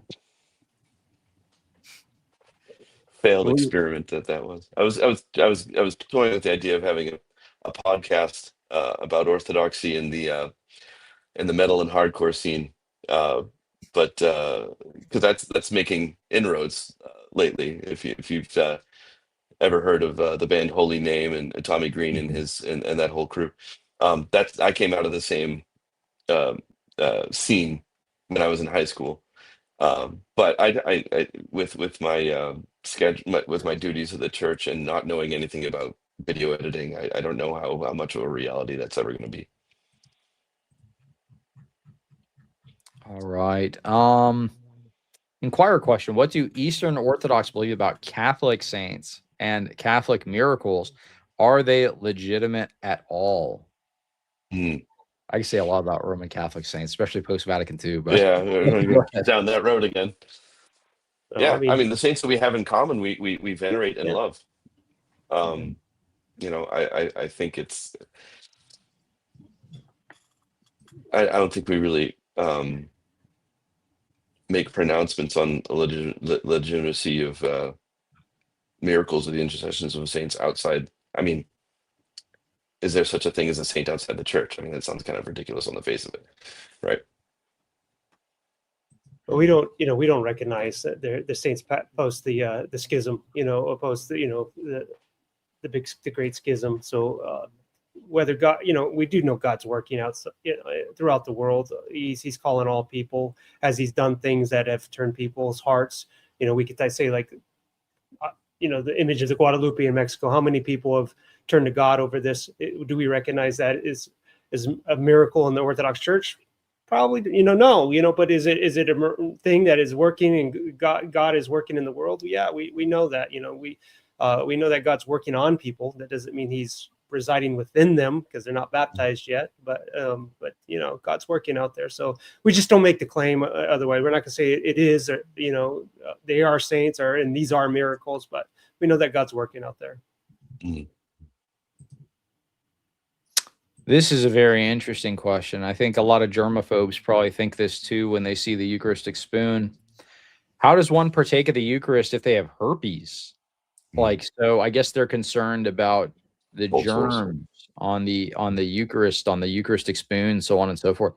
The first thing that pops into my head is like, we've been using the Eucharistic spoon since what, about 600 something AD? So it's been a very long time this has been in practice. You would think every single Orthodox would have herpes if this was that, like, if that was what was going on. I don't know, but go ahead and answer the question, I guess. No, I think you're spot on there. I think of the amount of people that I've communed who come up and have a cold sore on. I mean, usually they have usually if that's the case, I see them. They're usually people receive different ways, right? Most people will just close their mouth on the spoon, but if somebody does have a cold sore, I notice they'll usually kind of tip their head back and let the priest put the mysteries into their mouth, out of whatever you want to call it, courtesy. But again, I mean, I think we'd all be infected if that were the case. Can one of you break down the theological underpinnings? Because there was I know we don't have to discuss the exact controversy, but I know, we can discuss maybe the theological underpinnings of why that wouldn't be an issue if the Eucharist is Christ's body and blood. Well, this takes us back just a couple of years to that whole, sad time of COVID, where we were many places when turn themselves upside down to reinvent the way we give out communion because of a virus that it goes against our understanding of what we're participating in. When we say that we're receiving the body and blood for the healing of our souls and bodies, right? The body and blood of Christ for the healing of our soul and bodies. So we're taking it for healing, but we're afraid that it's going to contaminate us. What kind of faith do we have, right? The body and blood is given for healing, and so we're going to think that it's making us sick. No, it's furthest thing from the truth. And so we partake with faith and knowing that it's the body and blood is not going to harm us in any way. So, and as priest, Father Timothy can confirm, we consume the remaining gifts. I've never once felt like I've gotten sick. I got sick because people have kind of coughed in my face, but not because I took communion, out of the same chalice as them. And if you were truly, scientific and understand that the alcohol does remain in the, even though it's the body and blood, there is the remnants of the gifts there. It's still the antecedents is what I don't know what they call that, but it's still wine in there. That there's still alcohol content is still there, even though it's mystically still Christ's blood, and it's on a precious metal. All this stuff these are antibacterial. They things can't grow on it. The bacteria can't grow and viruses can't grow with this stuff. So if that kind of soothes your mind a little bit there, but you just have to receive with faith. You have to receive with faith, knowing that the body and blood is there to heal you. We either believe it or we don't. Right. And if we don't, we need to sit with that and think about why that is. Right. Yes. The bleeding woman was healed by touching Christ's clothes only. Imagine eating him. Absolutely. Yeah. All right. Question. Some of the prayers of the Theotokos that I've seen sound very close to prayers to God. How can you distinguish between worship and veneration of the Theotokos practically? I mean, the words, the distinction between the words is sort of a red herring, right? But I keep what I've been going back to, and I don't know if this is going to be helpful to this person. It sounds like they're coming from a Protestant background, and Mary gives them the heebie-jeebies. But nobody seems to think anything of Jews going and kissing the Wailing Wall. Which is supposedly, a part of the temple where God dwelled. God put his name there. We treat the Mother of God the same way. Maybe because, Father Michael, I don't know if you have any more insight. We both kind of come from a Catholic background where, certainly my appreciation for the Theotokos was transformed, and I would say healed in my becoming Orthodox, because I got it, but I didn't get it. But we need to recognize why it is that we glorify the Mother of God, just as much as the temple was the dwelling place. You look at all the readings, for example, for any Marian feast, making the connection between the East Gate, right, and the temple. In the that being the focal point of the veneration for the Hebrew people, certainly in the Second Temple period. That's what to me kind of drives it home. I don't know if that's helpful, or if, Father Michael, you have a better take. I don't know. We have a super high veneration for the Mother of God, and in our prayers, you're gonna see that, and depending on your background, that may make you uncomfortable. But we Orthodox know what we believe. We know we're not worshiping her as a god. People try to tell us we do that. Tell us what we believe, but we don't believe that. We just love her, and so our prayers are very highly. Close to probably for someone on the outside think that we're worshiping her as separate, as a separate being, but that's not the case. We know who we worship. That's our Lord, and we venerate the Mother of God, and we love her so greatly. So I wouldn't worry about what the words are saying. It's what's in your heart. It's what's in our heart, and how we understand her to be so important. That's don't let people tell you what we believe. We believe that who she is, and we venerate her for that. One nuance that might be being missed here is certainly, for example, I'm thinking of like the service or what we call paraklesis, I think you call Moleben, to the Mother of God, has the repeated frame, Most Holy Theotokos save us. Yeah. If you only understand that as Yeah. soteria in Greek, like the salvation of our souls, Mhm. that can be confusing. What we're asking the Mother of God to save us from is from temporal difficulties and dangers and things like that.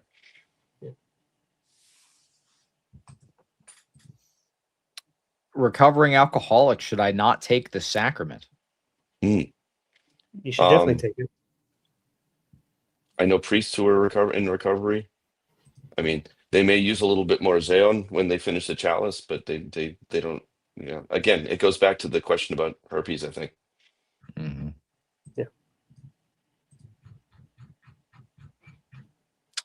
Inquirer question. I was given an OSB when I attended the Divine Liturgy. Where should I start? I never read the Bible, and I'm new to Christianity. Gospels first, then Old Testament? Question mark. I don't know Father Timothy's thoughts. I'll give you mine. I would start right at the New Testament and start reading the Gospels. Okay, there's an inquirer. We should know the New Testament. We know how the story ends. We as Christians, we know God.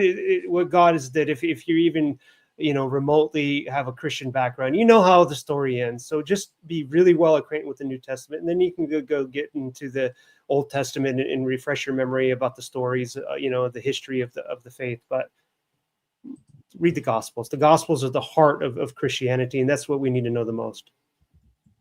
I would agree 100%, Father. What I've been recommending a lot to people who have not read the Bible yet is the practice that was recommended by my spiritual great grandfather, St. Justin Popovich. Is just 3 chapters of the New Testament every day. I think that's a good and manageable practice, and it's just gonna help in this process of you marinating in the scriptures and in the tradition of the church. I think you start with First Chronicles. Start right at the Numbers. Yeah, there you go. Start at Numbers. Just do straight genealogies first, and then you'll be good. You'll be good to go. I like the meme that it's like they start like new person reading the Bible for the first time. It's like, get past Genesis, get into Exodus, and it's like it's all exciting, and then it's just like, wait a minute, now here's where we're like building stuff for like multiple chapters. Okay, now we're just building stuff. It's interesting. Question: do Orthodox Christians believe in a pre-Adamite race? So like we're like evolutionists or something, as a race that existed before Adam and Eve. Is this that Anunnaki stuff that I see all over the internet? I don't know. Ancient aliens or like yeah, no is the answer. We got believe the first man was Adam. We'll keep it very simple there. Sharing Orthodoxy with friends. The common question they have is, how do we know there is a clear, unbroken line of bishops back to the apostles? Any info you can share on that, I can pass on. Well, the first thing that occurs to me is what we have to keep reminding people is that what we understand to be apostolic succession isn't just the literal physical line of bishops, but the maintaining of the Orthodox faith. I think that's important to be understood. How do you know? We still have churches in Corinth. We still have churches in Thessalonica. This is not even a theoretical thing. This is actual historical. We can trace these things back. It's it's not like these lines have disappeared. So yeah, it's still would you have to do a little like patristic genealogy to see who was bishop here, who was bishop there? Yes, but it's there. It's all recorded. It's all recorded. So yeah. I'm sure everybody still remembers that article that was in Christianity Today that got roasted in the comments where somebody made the claim that the churches that Paul had founded didn't exist anymore, and somebody in the comments said, here's a picture of the Bishop of Corinth, here's a picture of the Bishop of Area,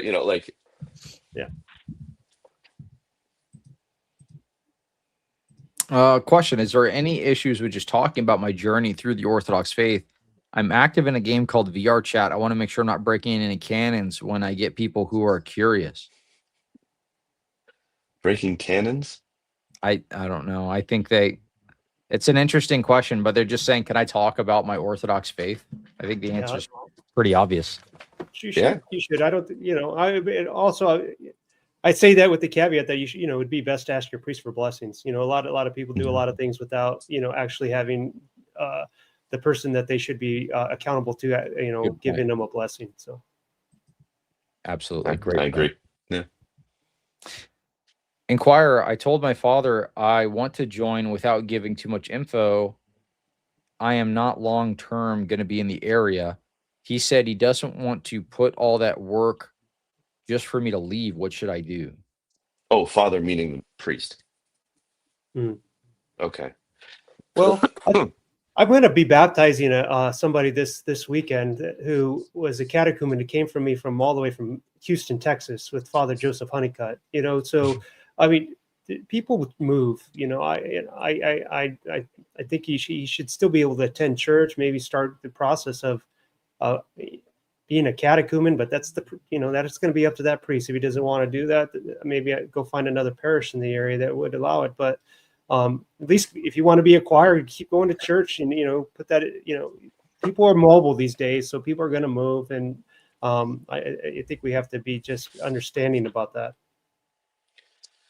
A year or two ago, I had a catechumen who's fine young man, and he was upfront about the fact that he was going to be entering boot camp at Camp Lejeune. He was joining the Marine Corps.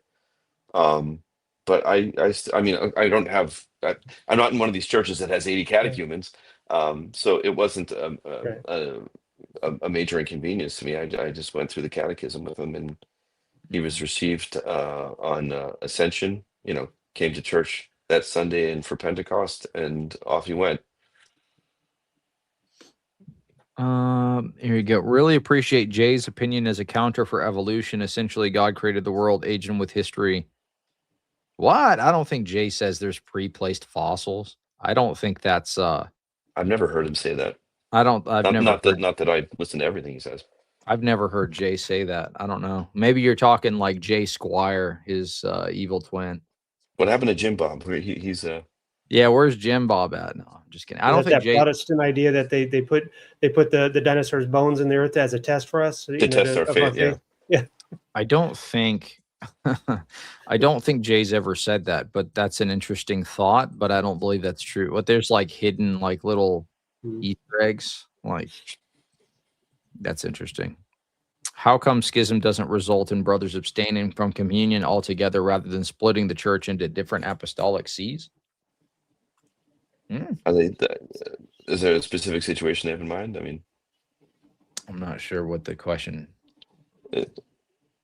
I don't know. If you have a clarification, please post it in the chat. Inquire question. I'm interested in Orthodoxy, but I also work a job that requires me to work some weekends. How do I navigate that? I would say come when you can, and hopefully at some point in your career you're able to, exercise a little bit more intentionality with where you place your hours. That may, depending on your priest, that may impact the length, like we were discussing earlier, of your catechism. But again, I just want to emphatically state that the way we make Orthodox Christians is liturgically, to quote my old schoolmate, Father Barnabas Powell.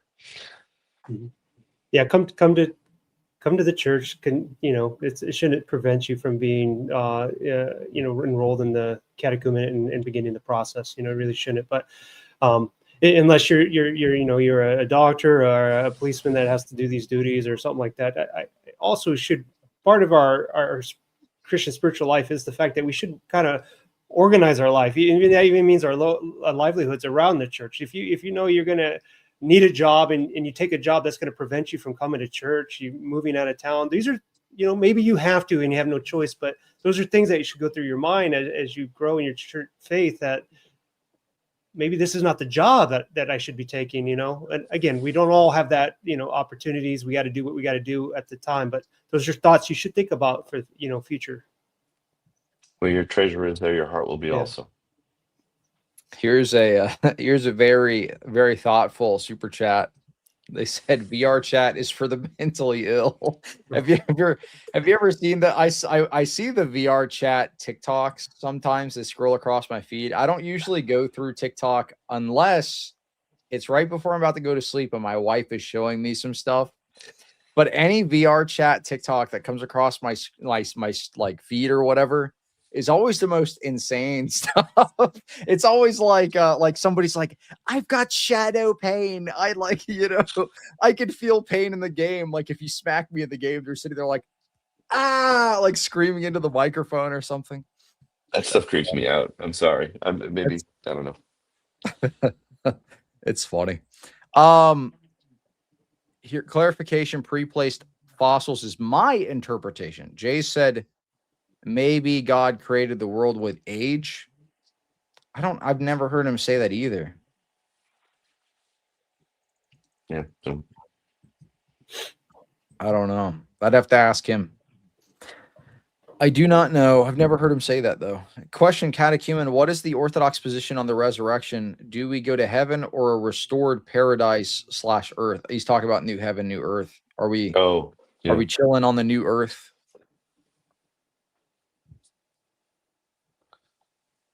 Like this is on the resurrection, so meaning like post after the general resurrection.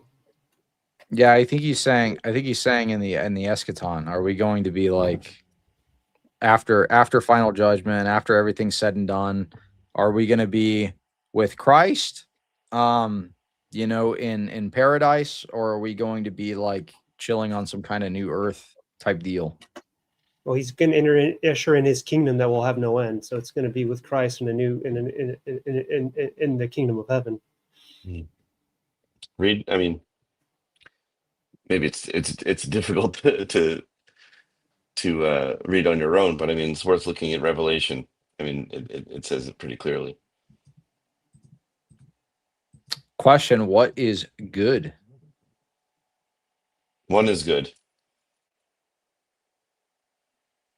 There Jesus Christ. This is something. It's maybe getting deep in a shallow question, but this is something that I find myself thinking about because I live in the very secular Northeast, and you hear people utter statements all the time like, well, as long as you're a good person, I just try to be a good person. And it's like, what's your standard? For us, it's very clear. Jesus Christ. And to be good means to be holy as he is holy. So it's a higher bar than I think people usually realize when they say, well, I just try to be a good person. Isn't that enough? Mm-hmm.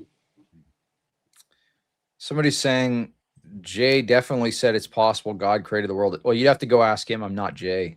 So we might both wear Hawaiian t-shirts, but don't be confused. I'm not Jay. You'd have to go ask him about that specific argument. I have no idea where he goes with that. I've never heard him say it.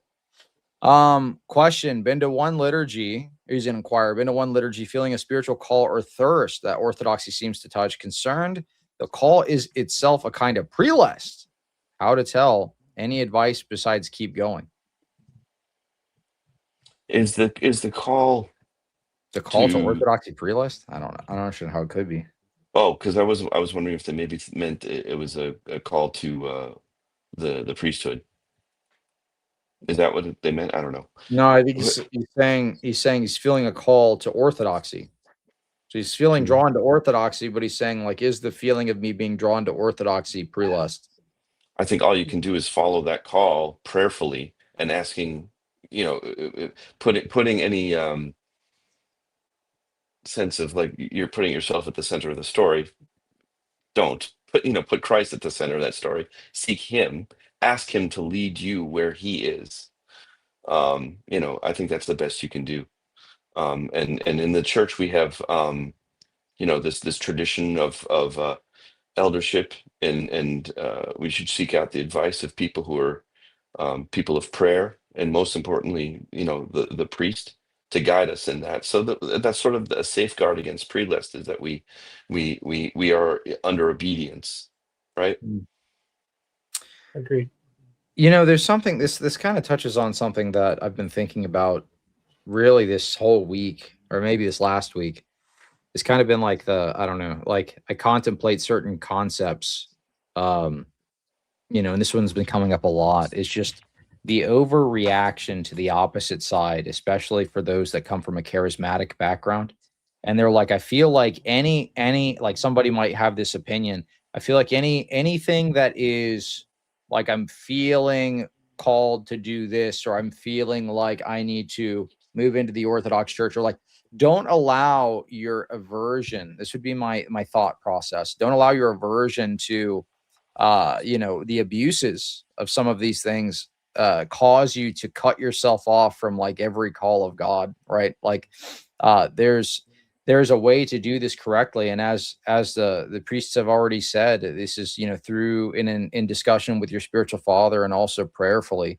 But I would say be cautious not to like have the fear of swinging too far in the opposite direction cause you to think something as like basic as, should I join the church that Christ established? Is this like this feeling that I should be united to Christ? Is this in and of itself pre-lust? I feel like that's a overcorrection in the other direction. Like maybe they're coming from a charismatic background. They're like, well, all feelings are bad. This is way too far in the other direction. I think Father Josiah said something, I think he was on that, it was that controversial podcast with the Bible girls. And he said, they asked about Pentecost. He says the charismatics, Pentecostals, they got nothing on us Orthodox, So yeah, we do get called. We do have, this hyper spirituality, the saints were known for this, but as Father Timothy says, we're under obedience. We do things humbly and in conjunction with guidance. And so, if someone's guiding us, then it'll keep us from being spiritually deluded. Mm-hmm. Oh, see, my intuition was right. I just don't want to claim I'm hearing God or something. Right? Yeah. It's an overcorrection in the other direction, I think.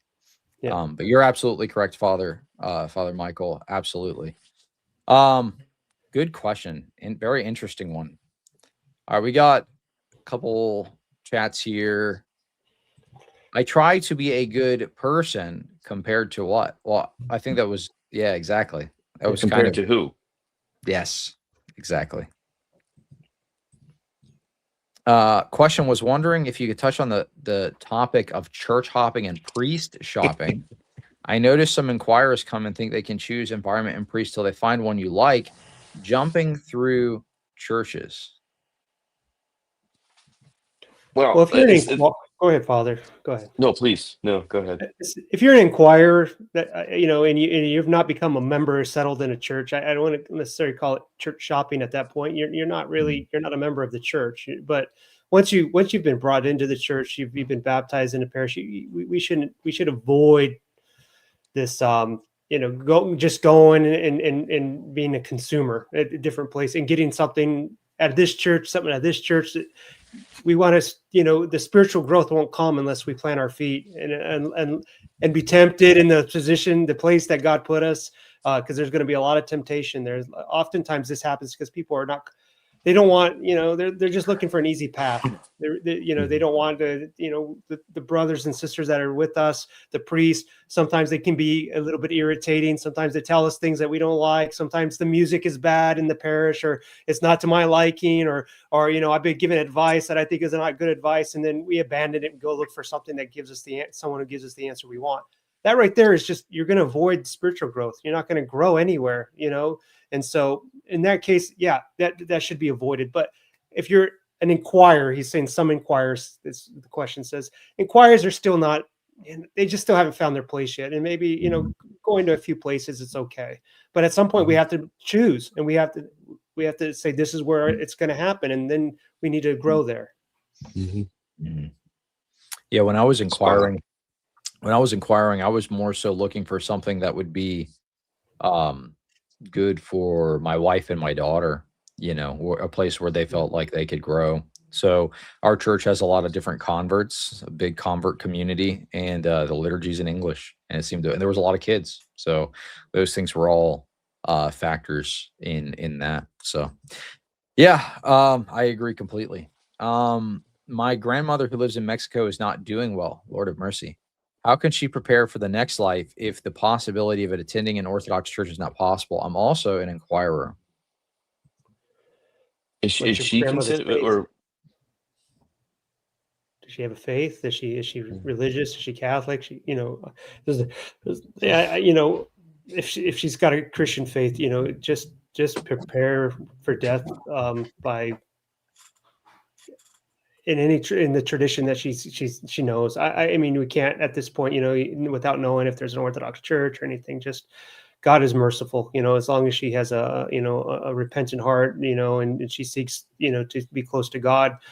Some of us are not going to be in this situation. I just don't know what to say, but you pray for her too. It's important. Our prayers are with your grandmother. Your prayers are with your grandmother, and even after if God wills it that you become a member of the Orthodox Church, you continue to pray. It's part of our tradition. You pray for the souls you departed, even if they're not members of the church. You pray for them.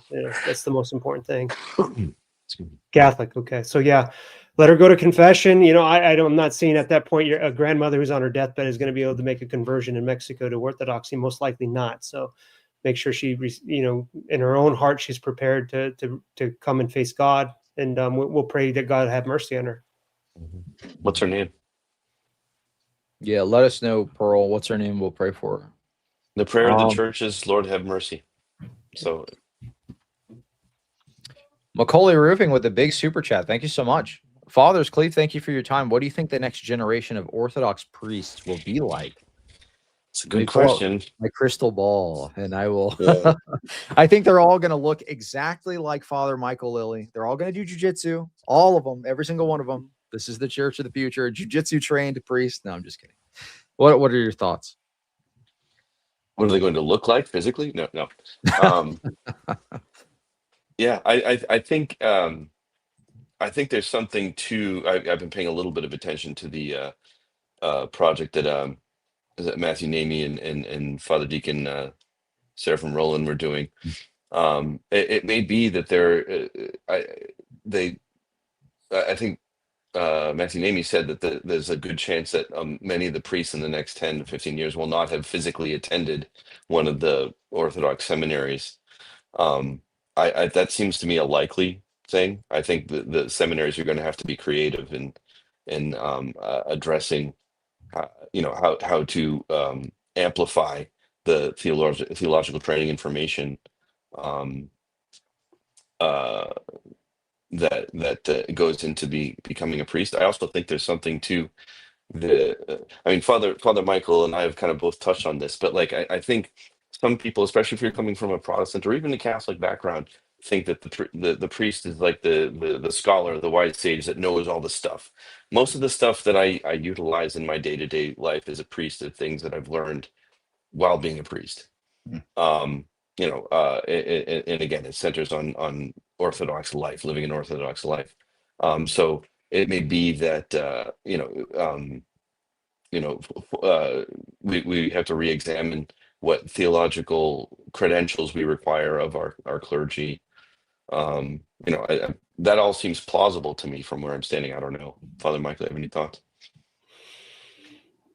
I don't know what it's going to be. I just pray they're faithful, faithful to the church, and then if they're faithful, everything else will work itself out. I think you'll see maybe less converts, priests. I mean, we have so many converts in. I think you're going to see the next generation will be the children of the converts of surge that we're seeing right now, and so you'll see these next generation coming from within the church.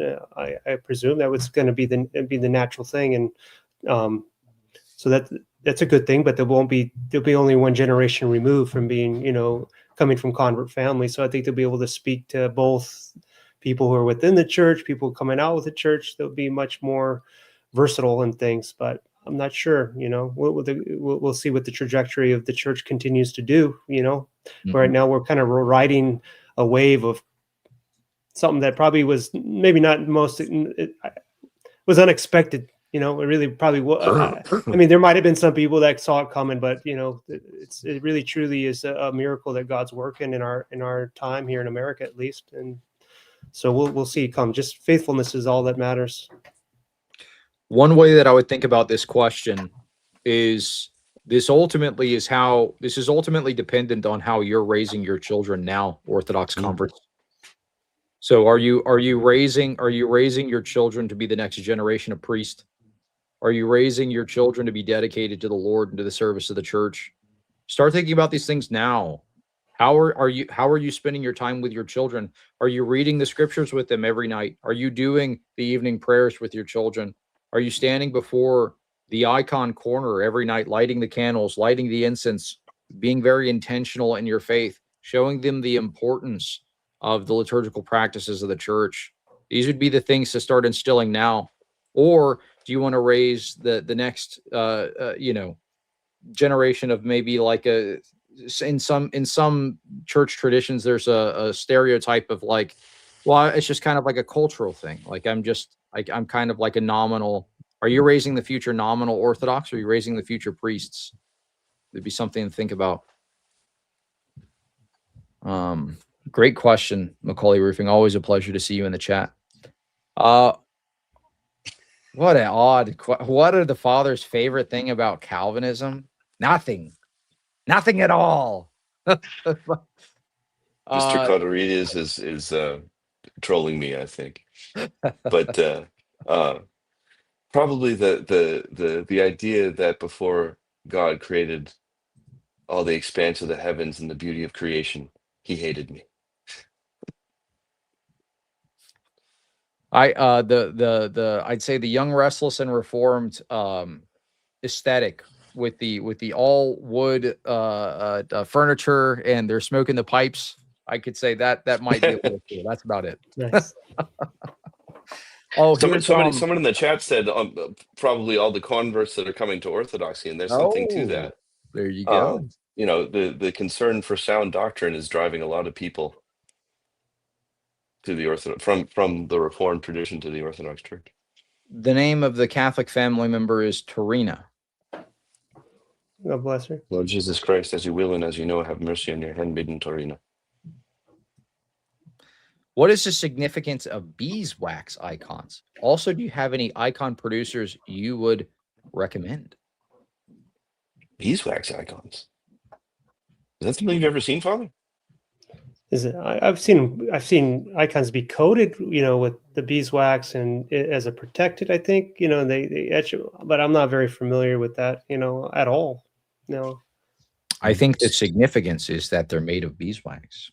How about that? No, I'm not super familiar. Are these the ones that have you seen those icons? Maybe are you speaking about the icons that, you know, that the bees like have you know made it like a honey nest the miraculous. around? Yeah, maybe. Yeah. You know that nature's recognizing the grace within the icon. I'm not sure. Maybe that's what they're speaking of. Icon produces. This came up in Alex's members only stream too.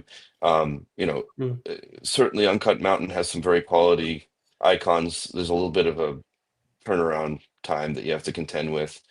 I've had good experiences with legacy icons. Obviously, if you can, and it's a good thing if you can put away a little scratch to eventually get maybe one or two hand painted icons. But you know, I mean, thinking of the Hawaii Viron icon, which is a print on wood, is streaming myrrh. I've witnessed it twice in person. You know. I like to wait until there's like some kind of festival I can buy the icons at, like a Greek fest, because sometimes they'll bring, you know, they'll have people bring icons from Athos or other places, or maybe it's like just the parish's store or something. That's just me. I like to go get them local, or like you could visit a monastery and see what they have. I've seen some interesting stuff. If you want like a high quality, like painted one, you're looking for like an online vendor. I actually just spoke with these people on the phone today. Theophany Works, actually, they have some pretty interesting hand painted icons, and you can check out their stuff on Instagram if you want to see some examples of that. But they do look. I haven't personally bought any of these, so I can't speak from experience. But from what I've seen online, they seem pretty in depth and detailed. What is your advice for someone struggling with trusting clergy, coming from a background of spiritual abuse in the Protestant world? Oh, This is a yeah. very important question. Absolutely. Yeah, I mean that's not something that you can just turn off. That's something that requires healing and trust, and this is precisely the function of having a spiritual father is I've seen this play out in people who've had an abusive biological father, and that kind of gets impacted, and God willing, eventually healed in the relationship with them and their spiritual father. I mean, you want to, you have that instinct towards protection, self-preservation, not opening up.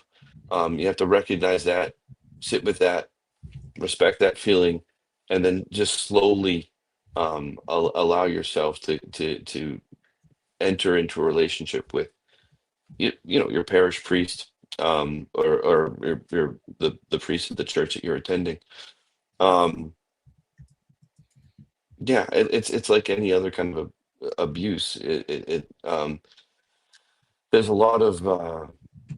uh a lot of research now in modern psychology showing how uh one of the strongest sort of antidotes to reliving trauma is this sort of um micro exposure. um and I guess that's what I'd recommend. I mean, and just to be prayerful about it. Recognize that, God, please heal me in this way that I've been wounded. Protect my heart. um uh Bring me into the presence of someone who is worthy of my trust. There's that beautiful prayer by Saint Simeon, the new theologian, for finding a spiritual father. That, add that to your repertoire. I think if you buy the prayer book from New Rome Press, that prayer's in there. It's something that's going to take time and prayer, um, and gradually opening up. I think that's well said, Father Timothy. And just realize maybe through prayer, ask God to open your eyes, to know that this is an emotion you're feeling. It's more than a rational thing. Just because you were abused by one man doesn't make all men abusers. And so you have and know that it's just an emotional reaction, and you have to pray through that and overcome it. Absolutely. Question for both of you. Are you okay with going maybe about 45 more minutes and then wrapping up here? We have a couple questions lined up. If you have to leave before then, no big deal. Just wanted to see what your time constraints are. I can check out at 8:30. Yeah. Okay. Father, I've been having dreams of ancient parishes. They are always extremely vivid. I see this as Christ comforting me because they feel so real and peaceful. It's usually after a prayer for peace. Am I steeping dangerously close to prelest? A lot of prelest questions here tonight. I think there's Giovanni asking the same question again. Yeah. I would just caution you about dreams. The church fathers tell us, that we should probably ignore the dreams that we have, and pay them no attention. We see the occasions of the dreams in Scripture where God was working his way through righteous men, for a purpose, but we shouldn't see ourselves as anything special. And so therefore, for the most part, we should probably ignore dreams and just let them be what they were, but that would be my advice in that instance.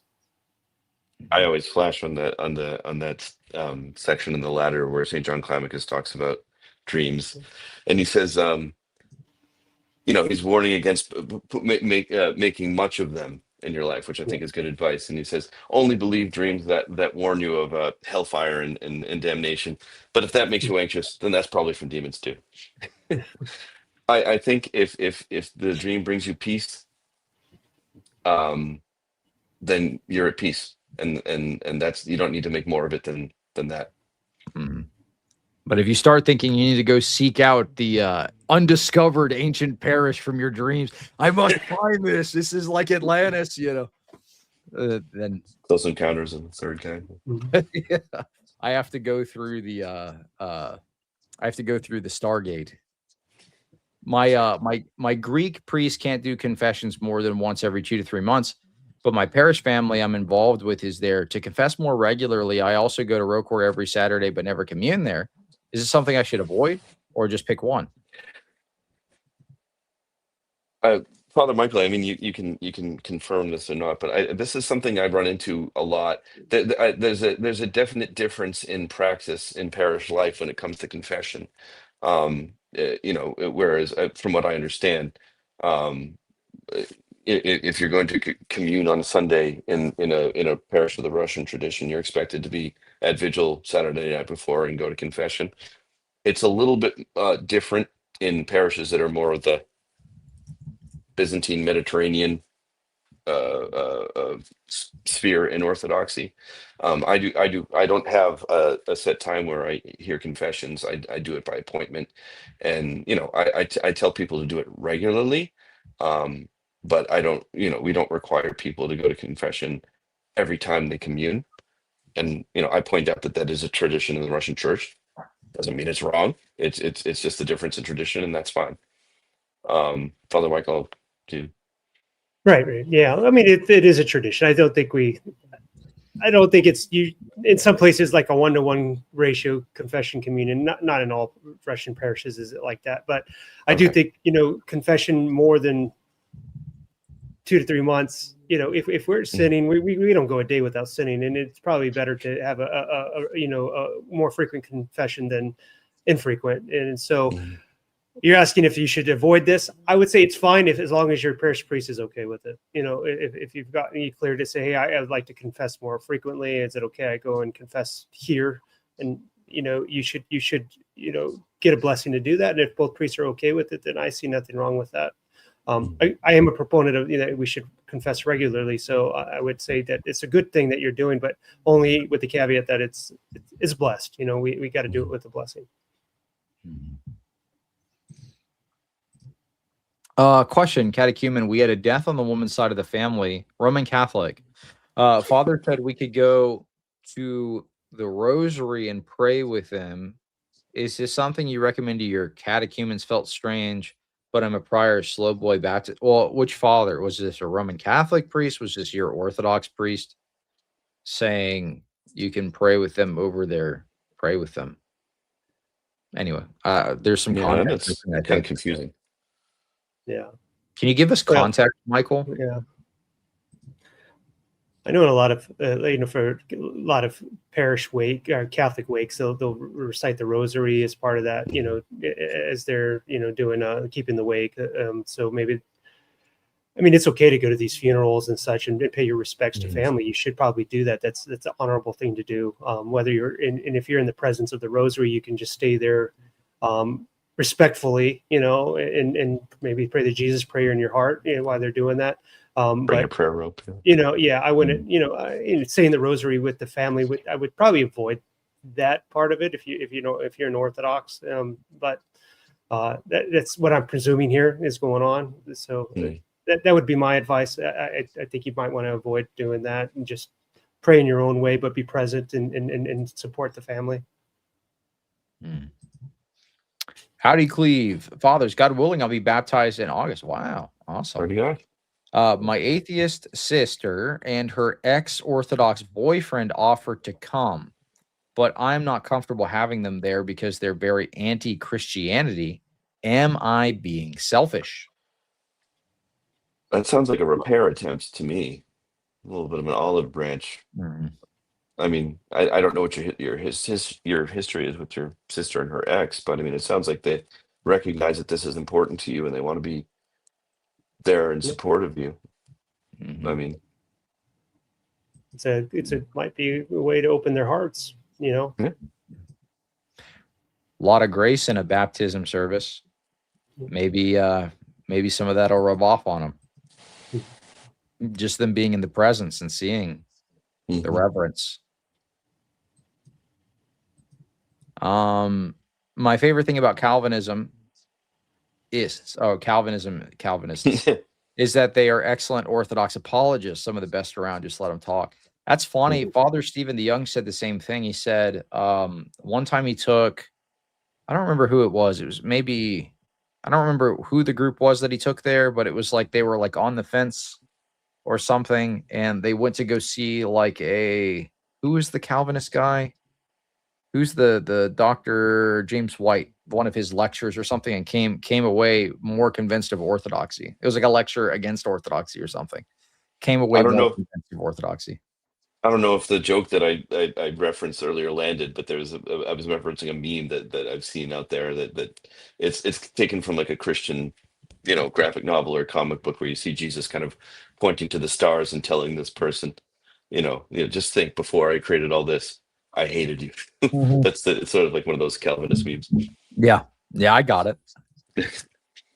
Do you think Saint Christopher really was dog? Did he have an actual dog head?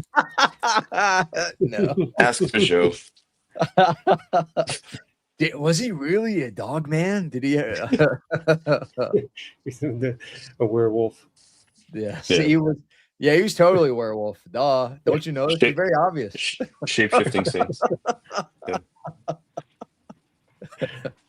Oh, that's funny. Don't go to Holy Art. That's Catholic. Holy Art has good ones, but they take a while to ship because they are in Greece. Oh, the Holy Art. Put the in front. Yeah. Oh, gotcha. Yeah. Oh, I see them on like Etsy and yeah. He says they're pretty cheap too. The Holy Art. Yeah, but they do take a long time. Father's blessed. Forgive me if it's been asked, but I'm struggled with having a strong Western German identity and trying to build an Orthodox identity. Any advice? God bless. How do they contradict? You need to go to Germany, to the monastery of the Annunciation / St. Justin Popovich, and speak to my spiritual father, who is as German as the day is long. Yeah. I think there's that Father Gabriel Bunch, the priest. Bonya, Bonya, yeah. I mean, Roman Catholic convert, German or Austrian or Swiss, something like that. He's written many Swiss books. German, Swiss German. Yeah, look at him. But I mean, there's nothing wrong with keeping your culture. You don't have to change cultures to become Orthodox. You're believing in the faith that was given to to the saints, to the apostles. That's all. That's the most important thing. You can still enjoy your bratwurst and beer, but not blood pudding. There you go. I think one of the most powerful things for us as people, folks who have kind of Western European background, is delving into the lives of the saints that are there present, and realizing that this is part of your people's story too. Orthodoxy is part of your ancestry story too, and that's true of those of us who just are, plain old Americans. We have saints here too. They're part of our story. Father Tom Soroka is in the chat. Good to see you, Father Tom. He says, many blessed years to Father Michael on the anniversary of his ordination to the Holy Priesthood. Axios. Thanks, Father Tom. Dostoi. Friend. Good to see you. Good to see you. Thank you for tuning in. I got to get you back on the show sometime soon. I really liked our previous reaction stream. That was a lot of fun getting to hang out with you and doing those. Thoughts on converts that keep previous denominations baggage? We all do. We all do it, but we got to work at it. Yeah, it takes time. The phronema that we all talk about so much these days, that's something that takes time, no matter what your background is. It just takes a little bit of humility and recognition that you need to be shaped and molded by the church. And that's a process. You just got to be patient. Here's an interesting comment. Catholicism is cool as a regular viewer of the show. Usually they've been relatively critical about Orthodoxy, but they're saying now I'm totally sold on Orthodoxy. I'm a bit sad. I will be abandoning the patrimony of my forefathers. Any advice for this person here? What does he mean by that? Meaning I the think forefathers, meaning I think in a lot of different, especially people coming from a Roman Catholic background, sometimes they'll think forefathers as in like just a couple of generations ago. Like perhaps somebody that's attending they're attending like a Latin mass or something, and they're thinking of it through this kind of lens rather than the actual forefathers, which are Orthodox. I can kind of relate, because obviously being of Irish background, there's a lot of history of the Irish being persecuted qua being Catholic. That was a big part of the story of the Irish people. But again, like, recognizing that St. Patrick and so many of the great Irish saints were part of the undivided Reed Orthodox Church, and seeking their intercessions. But if you're talking about, your immediate ancestors, Kyle from Barrel Aged Faith said something really great. I thought he said what he told his kids is, well, no, we're just becoming more Catholic. Yeah. Mm. I was going to say a very similar thing. I grew up Roman Catholic, and then my grandmother on my maternal side is Western Ukrainian. So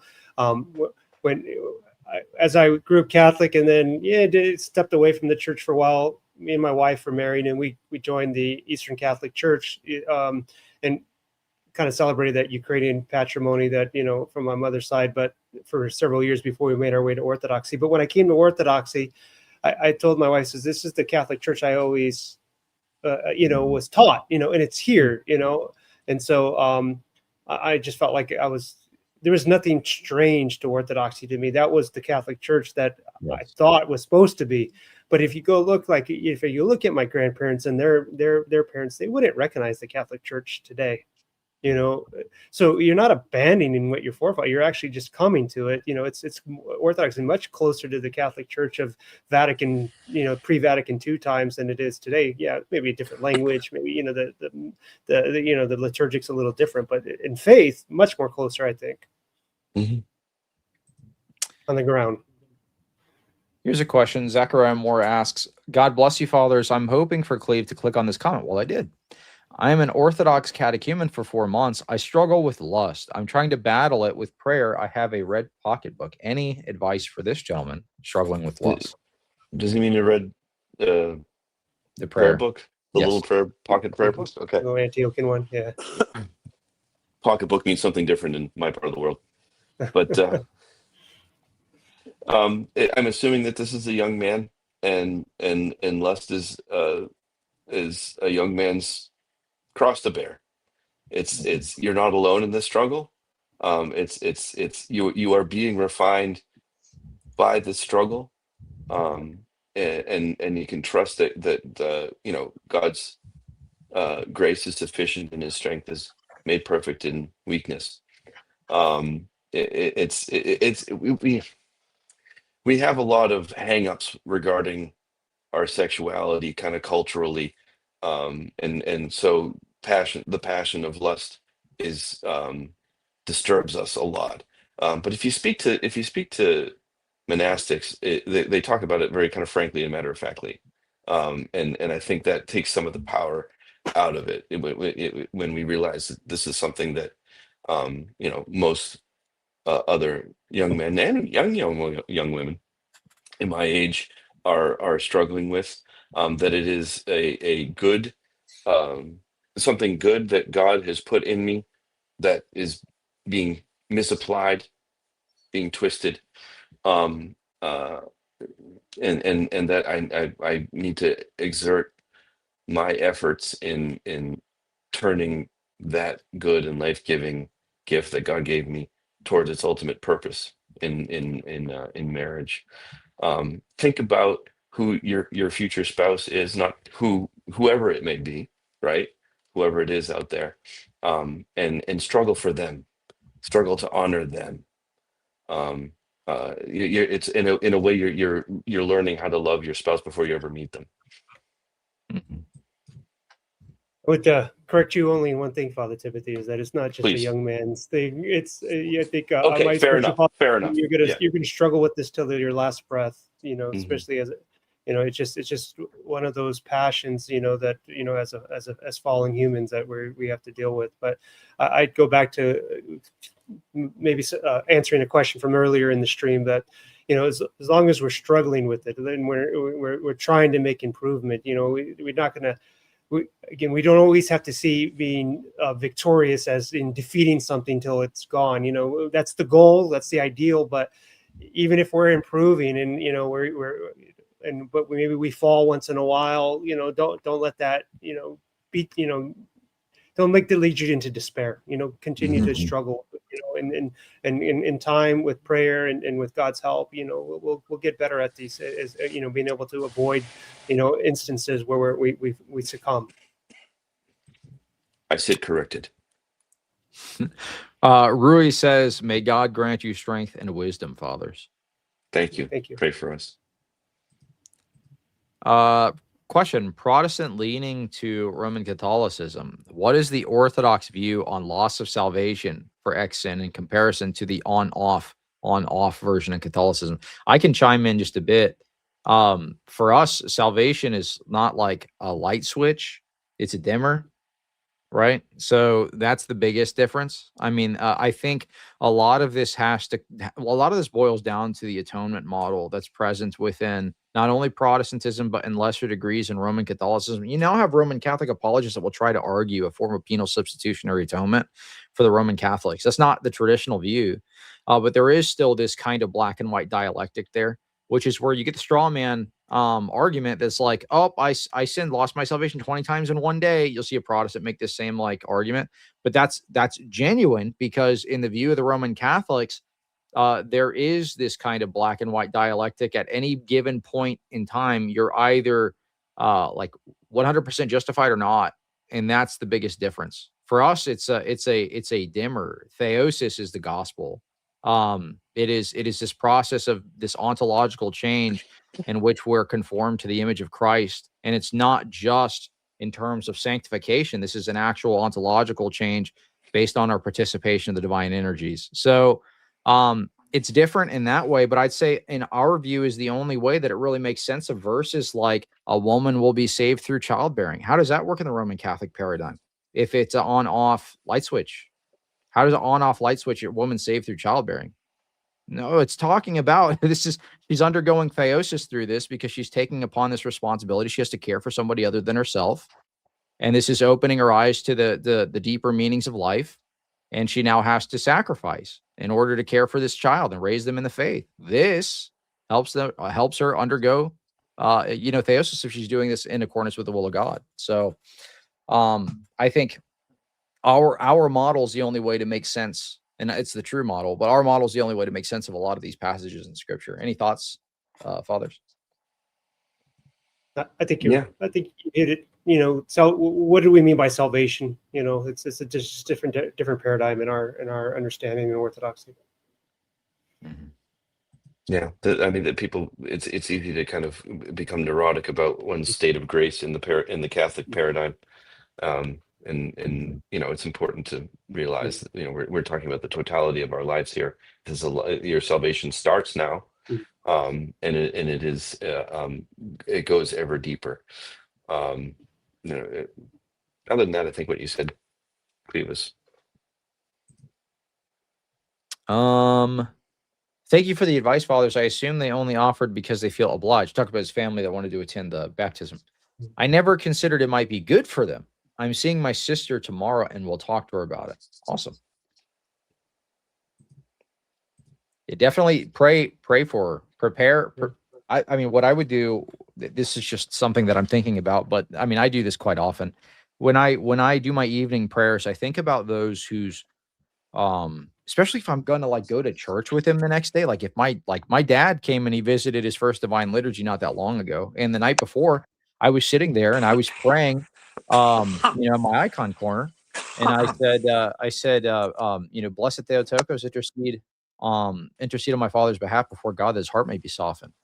You know, I'll pray the akathist to the Theotokos, softener of evil hearts. So if this is something where, you know, you're hoping that maybe they will, you know, be softened towards God, towards Christianity, towards the Orthodox Church, I would fervently pray before they attend, so that their hearts are dispositioned appropriately. No blood sausage. Beans on toast would be a good ascetic meal for Lent. And rashers of bacon. Mhm. Beans on toast. Beanie toast. That sounds gross. Hello, Father Timothy and Michael. Also, Cleve, can you describe your path to discerning the priesthood and attending seminary? Ah, interesting question here. Mine's boring, Father. So why don't you? I don't have a, you know, I didn't have a road to Damascus type of thing. You know, it was, I'll tell you what, you know, when I was still in the Eastern Catholic Church, I was studying to become a deacon. And the more I studied and the more I knew, I was in the wrong church. Orthodoxy was it. So we eventually came into the Russian Orthodox Church. And my goal was at this point was just to be an Orthodox guy, learn the faith and be humble. But the call to ministry was still there. And, you know, I grew up in a military family. My father, I did 25 years in the Marine Corps, and I always wanted to serve in the military. It never happened, you know. And so, when I turned in my 30s, it still was there, and I thought, well, maybe I could be a chaplain, you know. I'm not cut out probably to be, at this age to be an enlisted or go to officer school, but chaplain. So I sought the local priest, and maybe I could become an Orthodox chaplain, go active duty. And so, in order to do that, I needed to go to seminary. I needed a divinity degree, and so I was blessed to go. That was the plan. I did join the Air Force while I was in seminary. Did training all through that, and the goal to be a priest. But I had to have a couple years experience as a priest before they let me join full time active duty. That put me into the parish. Once I got in the parish, I never left. So, I've always been a reserve chaplain. That's been an on and on thing. So that was my goal. But, the liturgy is what really did it for me. I love liturgy. I love being part, serving the liturgy now. It's the height of my priesthood. There's a lot of things that are glorious about the priesthood, but serving the liturgy, the Lord's Supper, and being a part of that, that's really what called me to everything. So, that was just a little insight into it, but it was, going to seminary wasn't initially the goal. I used to joke about it with my wife. What if we just left everything behind and went to seminary? And it was a joke. And I just joked to her, and she knew it was a joke until it wasn't a joke anymore. And, it kind of manifested itself. So that was the path. Beautiful. Glory to God. I'm very thankful to God that my my vocation to the priesthood was not my idea at all. I became Orthodox, and I had no intention of becoming clergy. It wasn't even anything that I really had I'd ever entertained. But as anyone who spent time around Greeks knows that sometimes people are talking about you as if you're not in the room, and I became aware of people talking about, oh, well, when's Tim going to go to seminary? When's Tim going to go to seminary? And so I brought it to my spiritual father, and he said, well, maybe that's a sign that it's something you need to think about and pray about. And when I did, I said, actually, that's the only thing that makes sense. Given the gifts that God gave me, this is the best use of what he gave me to serve him and his people. So that's, like I said, not that it's not like you say, Paul on the road to Damascus moment. Where to go? Father Ron says, I was nearly an army chaplain, but got cold feet. And then he follows up with, but it was providential. The Canadian Armed Forces became extremely woke right after. Would have been difficult to minister there. Yeah. Missed opportunity. Also, thank you for your service, Father Michael. Thanks. Thank you. I don't know if there's a question here. Essence energies versus one emanations difference. Is there a question, or is this just a statement? I'm not recognizing the terms here. I mean, essence and energies I do, but one in emanations I don't. If you have clarification about what your exact question is, feel free to send it in the chat. Can anyone join the Orthodox Church if they travel for work and can only attend church twice a month? We kind of Beautiful. addressed a little bit earlier, but The beautiful I, thing is, most places you go, you can find an Orthodox church.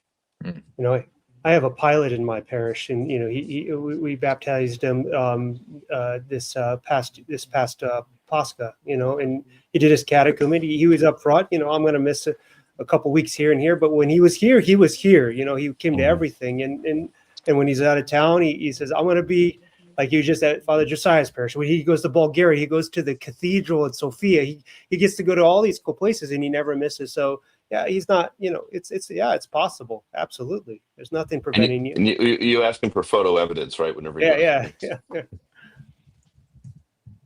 Catholicism is cool, says, okay, I'll go to Vespers and keep my head down and don't stick out in the back. Feel free to talk to the priest or stay for coffee hour too. Cause my thought is if you go and you're like, wow, this is like so foreign to me or something, it's a lot different when you speak to somebody and you get to know the community. So don't be afraid of making human connections. It's super, super important, especially if we're introverted. It'll help a lot to have a friend there. So stay and socialize. Coffee hour if you're going on Sunday. But you're going to a Vespers, I don't know if they probably won't do something like that. But you can talk to the priest. I did. My first thing I ever attended was a Vesper service. And I remember it was funny. I was still a Protestant pastor at the time, and I circled. It was an OCA parish. I circled the parish, and first thing I did, I went into the wrong door, and when I opened the door, everyone was like, "Oh, who's that?" Like, and I'm like, "Oh, okay." I shut the door, so I got back in the car. I'm like, I'm just gonna go home. This is too embarrassing. I circled, and I like overthought it, like big time. I circled the church, and I was like, okay. All right, this is what I'll do. I'll wait till the service is over, and then I'll go and I'll talk to the priest, you know, right at the end. So that's what I did. I waited and I talked to the priest, and I was like, just like this, like random dude walking through the parking lot. Hey, how's it going? He's like, what the heck? Who's this guy? But we had a nice chat, and it was nice. And then I was less weird the next time. So don't be like me. Learn from my awkward mistake. Just go to attend the service and talk to the priest. It'll be an awkward guy like me. Fathers, if I may, could I ask for a blessing? If it's not possible because of the lack of personal presence, then I respect it. God bless you. God bless you. Thank you for the super chat. If you had a question, let me know. DCW.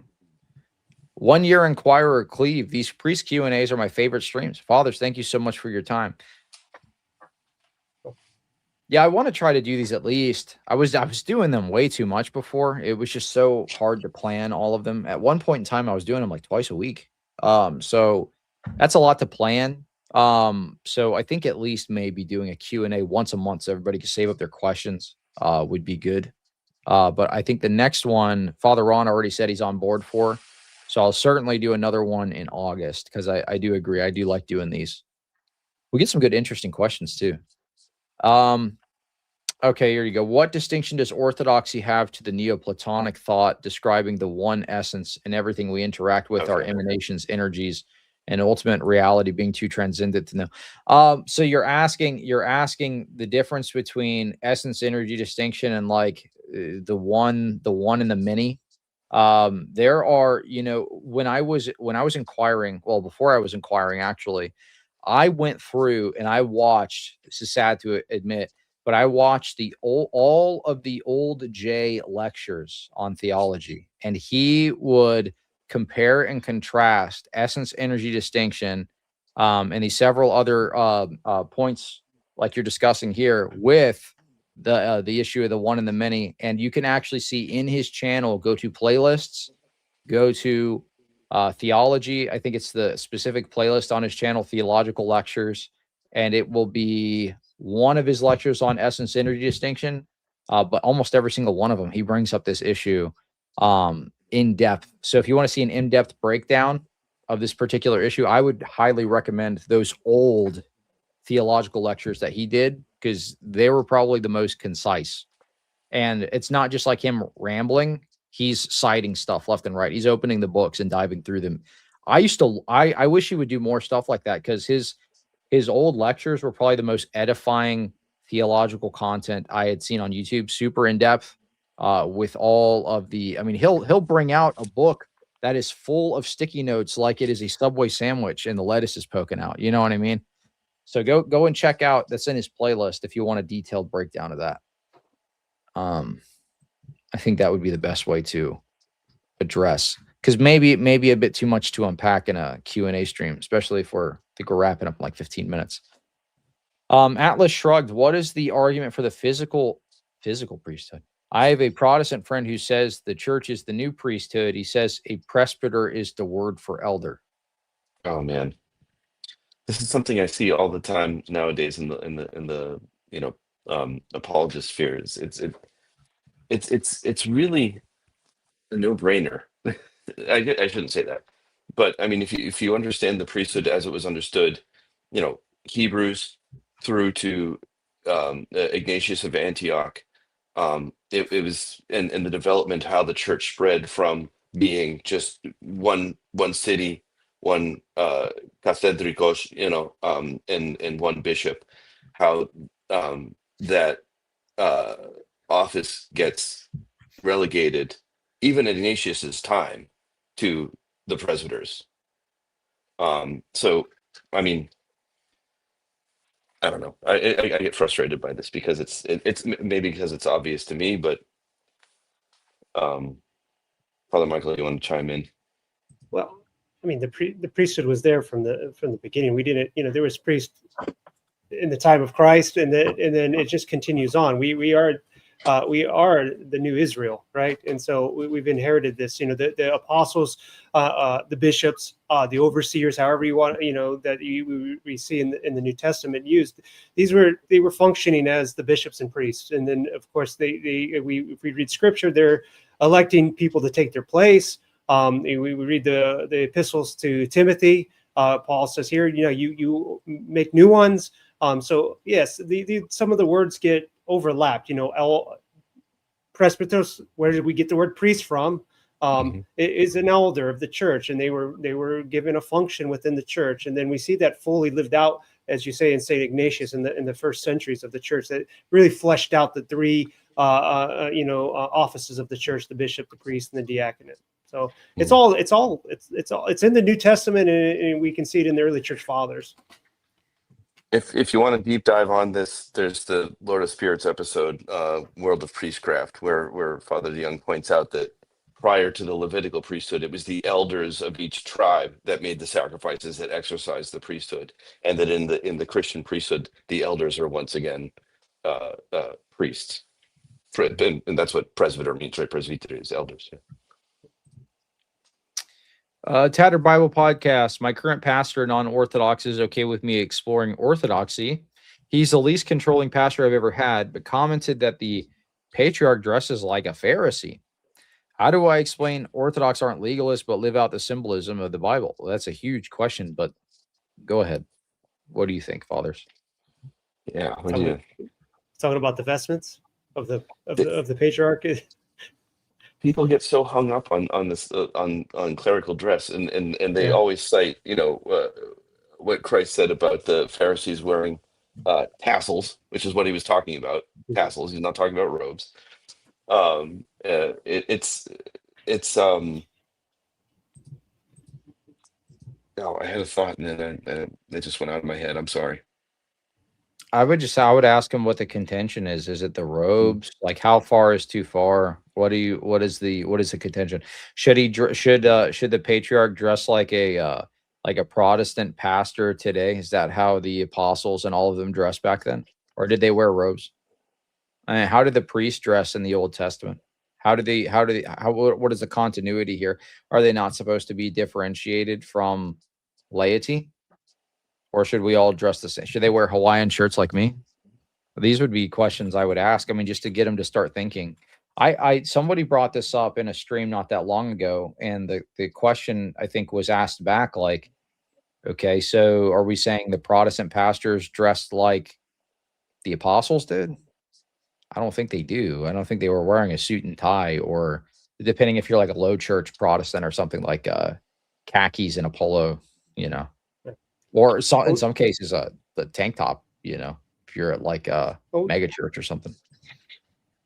Well, we see the Old Testament prescriptions that God wanted priesthood to dress in a certain manner. You know, these are prescriptions, and offer sacrifice in a certain way. So that is still spiritually alive in the church. You know.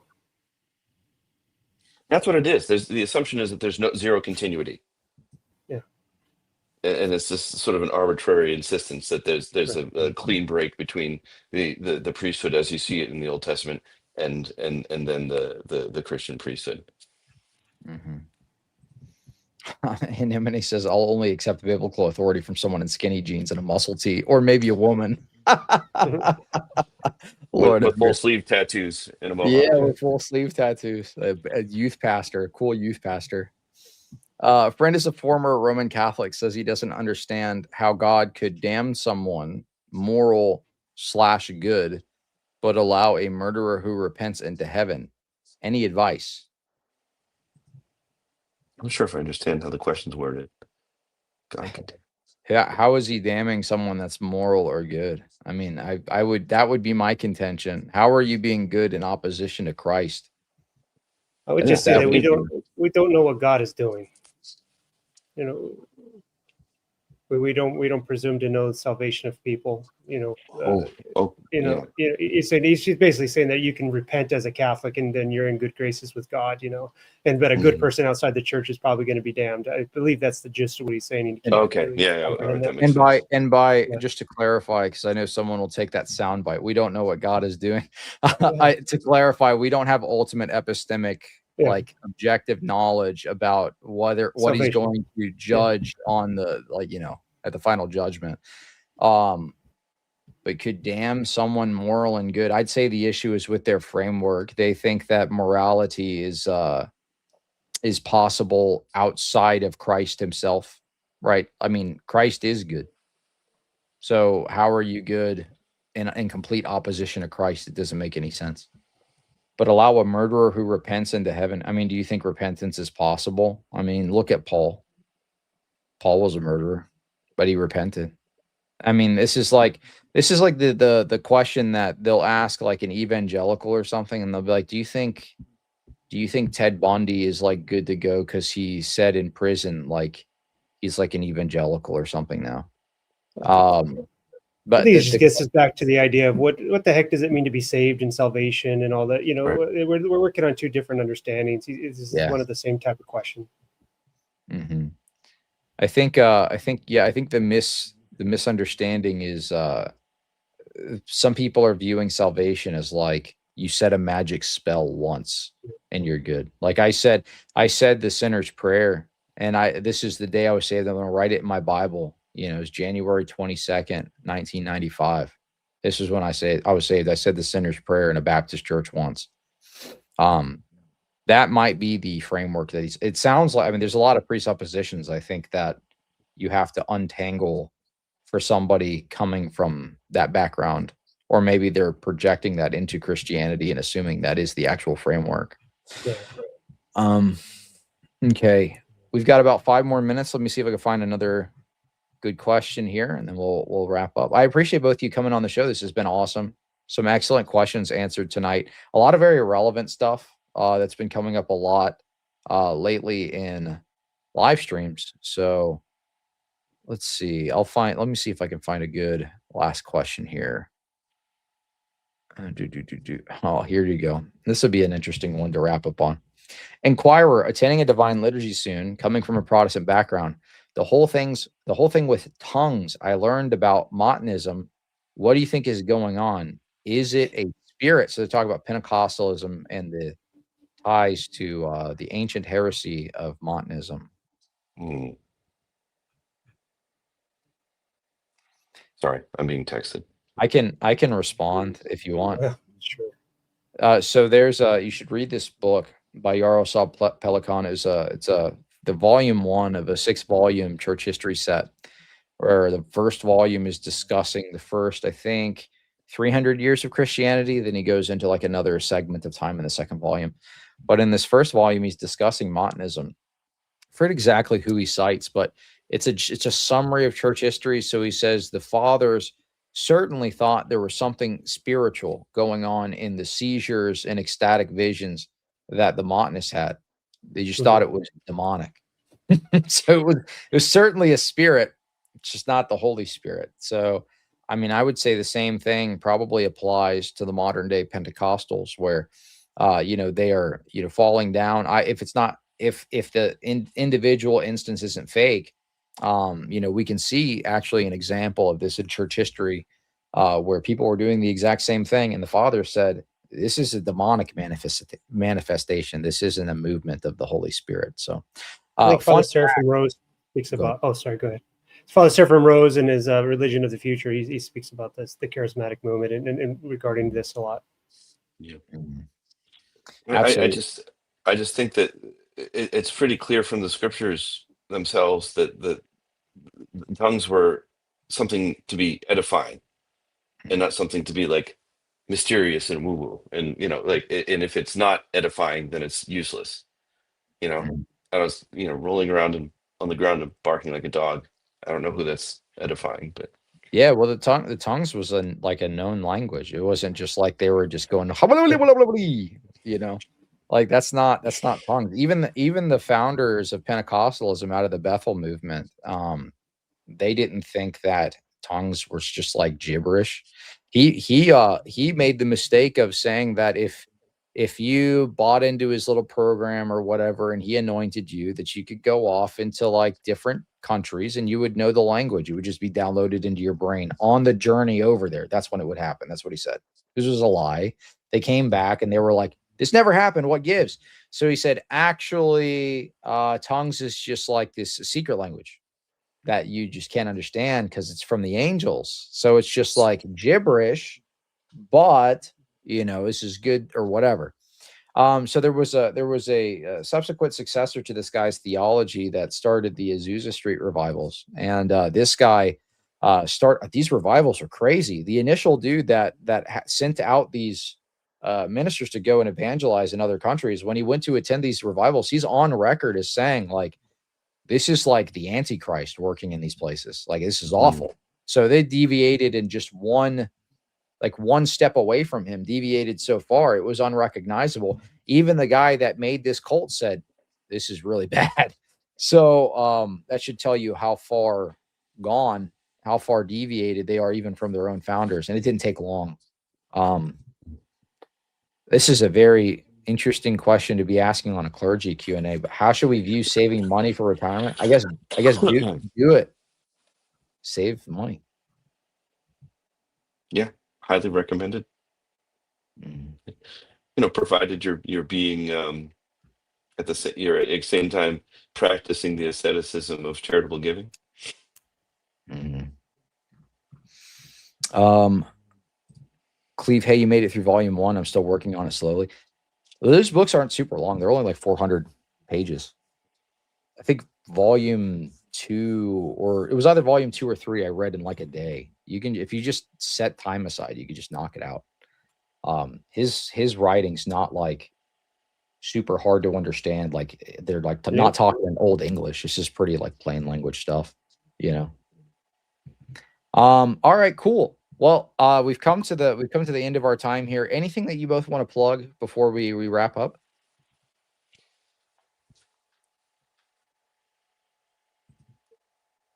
Father, I don't know if you guys can hear me, but my volume checked out, so Oh yeah, we can we'll hear have to you. call it. Yeah, I don't have anything going on. I just want to thank Cleve for the opportunity. I get a lot of I get very energized by the opportunity to share with other people who are making their way into the Orthodox Church the same transformation that I experienced. So thank you for this opportunity. God bless everybody in the chat and who came here with questions. Oh, did we lose Father yeah. Michael? I think he had the time, a Oh, hard time stop. well, But thank you to Father Michael too for being a part of this too.